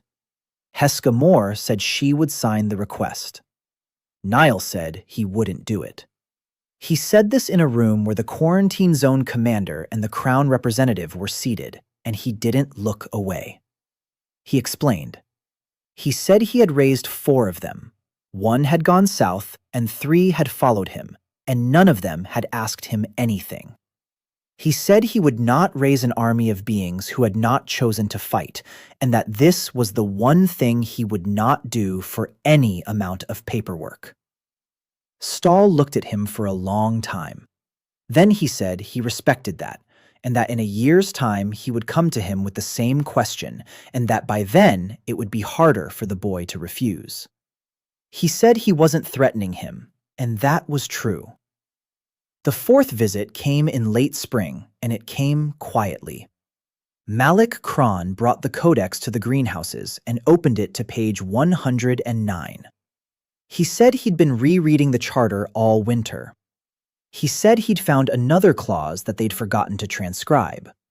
The clause stated that Crossway Academy had the right to establish a new department upon the recommendation of the academic department, provided there was a practical result recognized by 2 masters. He said the boy had 3 masters, Grand Ask, Hald Reamer, and Selma Drack as a recognized city scribe. He said that Vera Olm would sign the recommendation and that she had agreed back in February and asked not to say anything yet. Niall sat with this document on his lap amid 400 buckets and, for the first time in a year, thought not of the coming decade. He thought about what would happen when he was gone. He did the math in his head. 37 people know how to carry and tamp and know the 13 rules. Not a single one of them can plant. Everything he'd built over the past year rested on a single pair of hands that wore out faster than any tool. He wrote down the 14th rule in his notebook, and it was the shortest entry in the entire notebook. He wrote that the soil had nothing to do with it, and that he, too, had nothing to do with it, and that the only thing that mattered was what came after. And then he began his final experiment. He took a bucket and didn't plant it himself. He took Len Vero's hand, placed the root in it, covered it with his own palm, and pressed it down together with him. Nothing sprouted in that bucket that night. He repeated this with 12 people over 12 nights, and nothing sprouted even once. On the 13th night, he did it differently. He didn't hold someone else's hand. He planted it himself, but in a bucket that one person had prepared from start to finish. Len Vero brought the soil. Len Vero sifted the soil. He also tamped it down. Niall merely pressed down the root. It sprouted. And that night, the burden fell almost entirely on Niall. He tested this 4 more times and understood everything completely. He wrote down the last thing he managed to jot down in his old notebook before starting a new one. He wrote that growth does not come from the one who plants. Growth comes from the one who has invested the most in the substance, and that this means anyone can grow things. All that's needed is to teach everyone to give a little, instead of one person giving everything. He wrote the last line in an old notebook and the next morning began to do what it said. He gathered 37 people on the lower level of the 3rd set of greenhouses and explained without a single unnecessary word. He said that everyone should take their own bucket and handle it from start to finish on their own. Carry the soil themselves, sift it themselves, tamp it down themselves. He said he would come and press the root into the soil and that his involvement with that bucket would end there. He said that whoever carried the bucket would pay for it with their own growth, and that he would not deceive anyone about this, not even by a single word. He showed them his hands, turned his head toward the light, and let them see the white side. He said that when divided among 37, no one would notice the annual payment. He said that when divided among 37, he himself would last not 3 years, but longer, and that he didn't know how much longer. Len Vero took the bucket first. Within a week, there wasn't a single bucket left in the greenhouses that had been harvested by anyone other than his own man. Niall worked his way through the rows in 1 night instead of 2, pressing down the roots, and by morning he was back on his feet. The yield didn't drop. The yield rose to 510 vials per 10-day period because people began collecting the substance more carefully for themselves than they had previously hauled it to the warehouse. Reamer arrived 12 days later with 2 of his men and measured Niall's pupils by lamplight, remaining silent for a very long time. Then he said that the consumption rate had dropped by a factor of 4. He said he wouldn't even attempt to calculate how many years that equated to. He said it used to be easy to calculate. The department was established at the beginning of summer. The proposal was signed by Vera Olm. 3 people confirmed the practical results. Grand Ask wrote that in 20 years he had never seen better steel and that he had witnessed its improvement.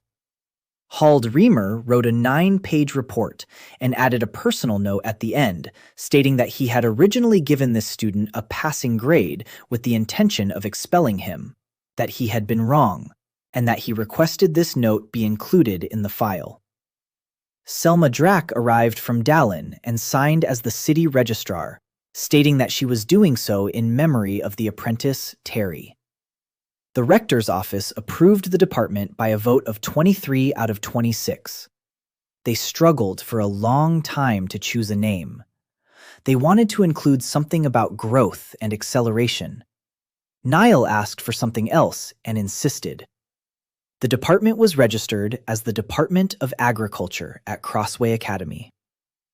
Farmer's class was transferred from the administrative division to a separate one and entered into the registry of academic levels, which he hadn't had for 190 years. Niall received the first rank as the sole holder of the class, and it was the only document all year that changed nothing in his life. Heska Moore took it all in stride. She drafted an agreement between the Crown and the Academy on 4 sheets of paper, and Niall read it for 2 days and revised it 3 times. Under the agreement, the Crown received a right of first refusal for 1/3 of the proceeds at market price rather than the government set price. The Crown was granted the right to station an observer at the department. The Crown waived the right to seize the source, and this was worded in a way that could not be misinterpreted because Niall had insisted on 3 rewrites. The Academy received ownership of the department, and no lease applied to it under any circumstances. Niall wrote this clause himself, and Malik Crone checked it 4 times. Heska Moore signed it and said one final thing. She said that the Crown had agreed to this not out of generosity. She said that over the course of a year, so many people had become interested in the boy, alive and free, that taking him away now would cost the Crown more than keeping him. She said that this was the only protection that worked and that she had never encountered it once in 19 years. She left, leaving an observer behind. The observer turned out to be the senior scribe who had planted a root in a barrel that winter and whose crop had failed to sprout. He had asked for the position himself. Ivor Kist arrived at the end of summer with a new contract for the 2nd year. He sat in the annex among the crates, haggled for 4 hours, and lost on 3 out of 5 points. Before leaving, he said that the guild had written off 4,000 marks as a loss, and that 14 plots inside the walls had been sold back to the Academy for 900. He said that in his 11 years of service to the guild, this was his worst deal. He said he had no regrets because he had learned one thing. He said that he had spent his whole life buying plots of land, and that this was the first time he'd seen a person who was worth more than any plot of land. Guest Oldo stayed on at the department for good. He managed the supply of the substance and kept the records, and he did it better than anyone else because he'd been doing it for 11 years for others. He never once mentioned again that he'd known about the water in the mines since spring. Niall never once asked him about it. Stahl arrives a year later, just as he'd promised. He brought with him a box containing 4 eggs from the guild's hatchery in the Southern Mark, set it on the table in the annex, and said that the small-time dealers had come from the south, that the belt was holding the 3rd line, and that he'd come to ask the same question. Niall gave him the same answer and said it aloud exactly as he had a year ago. He said he would not raise those who had not chosen. Stahl nodded, took the box back, and did not argue.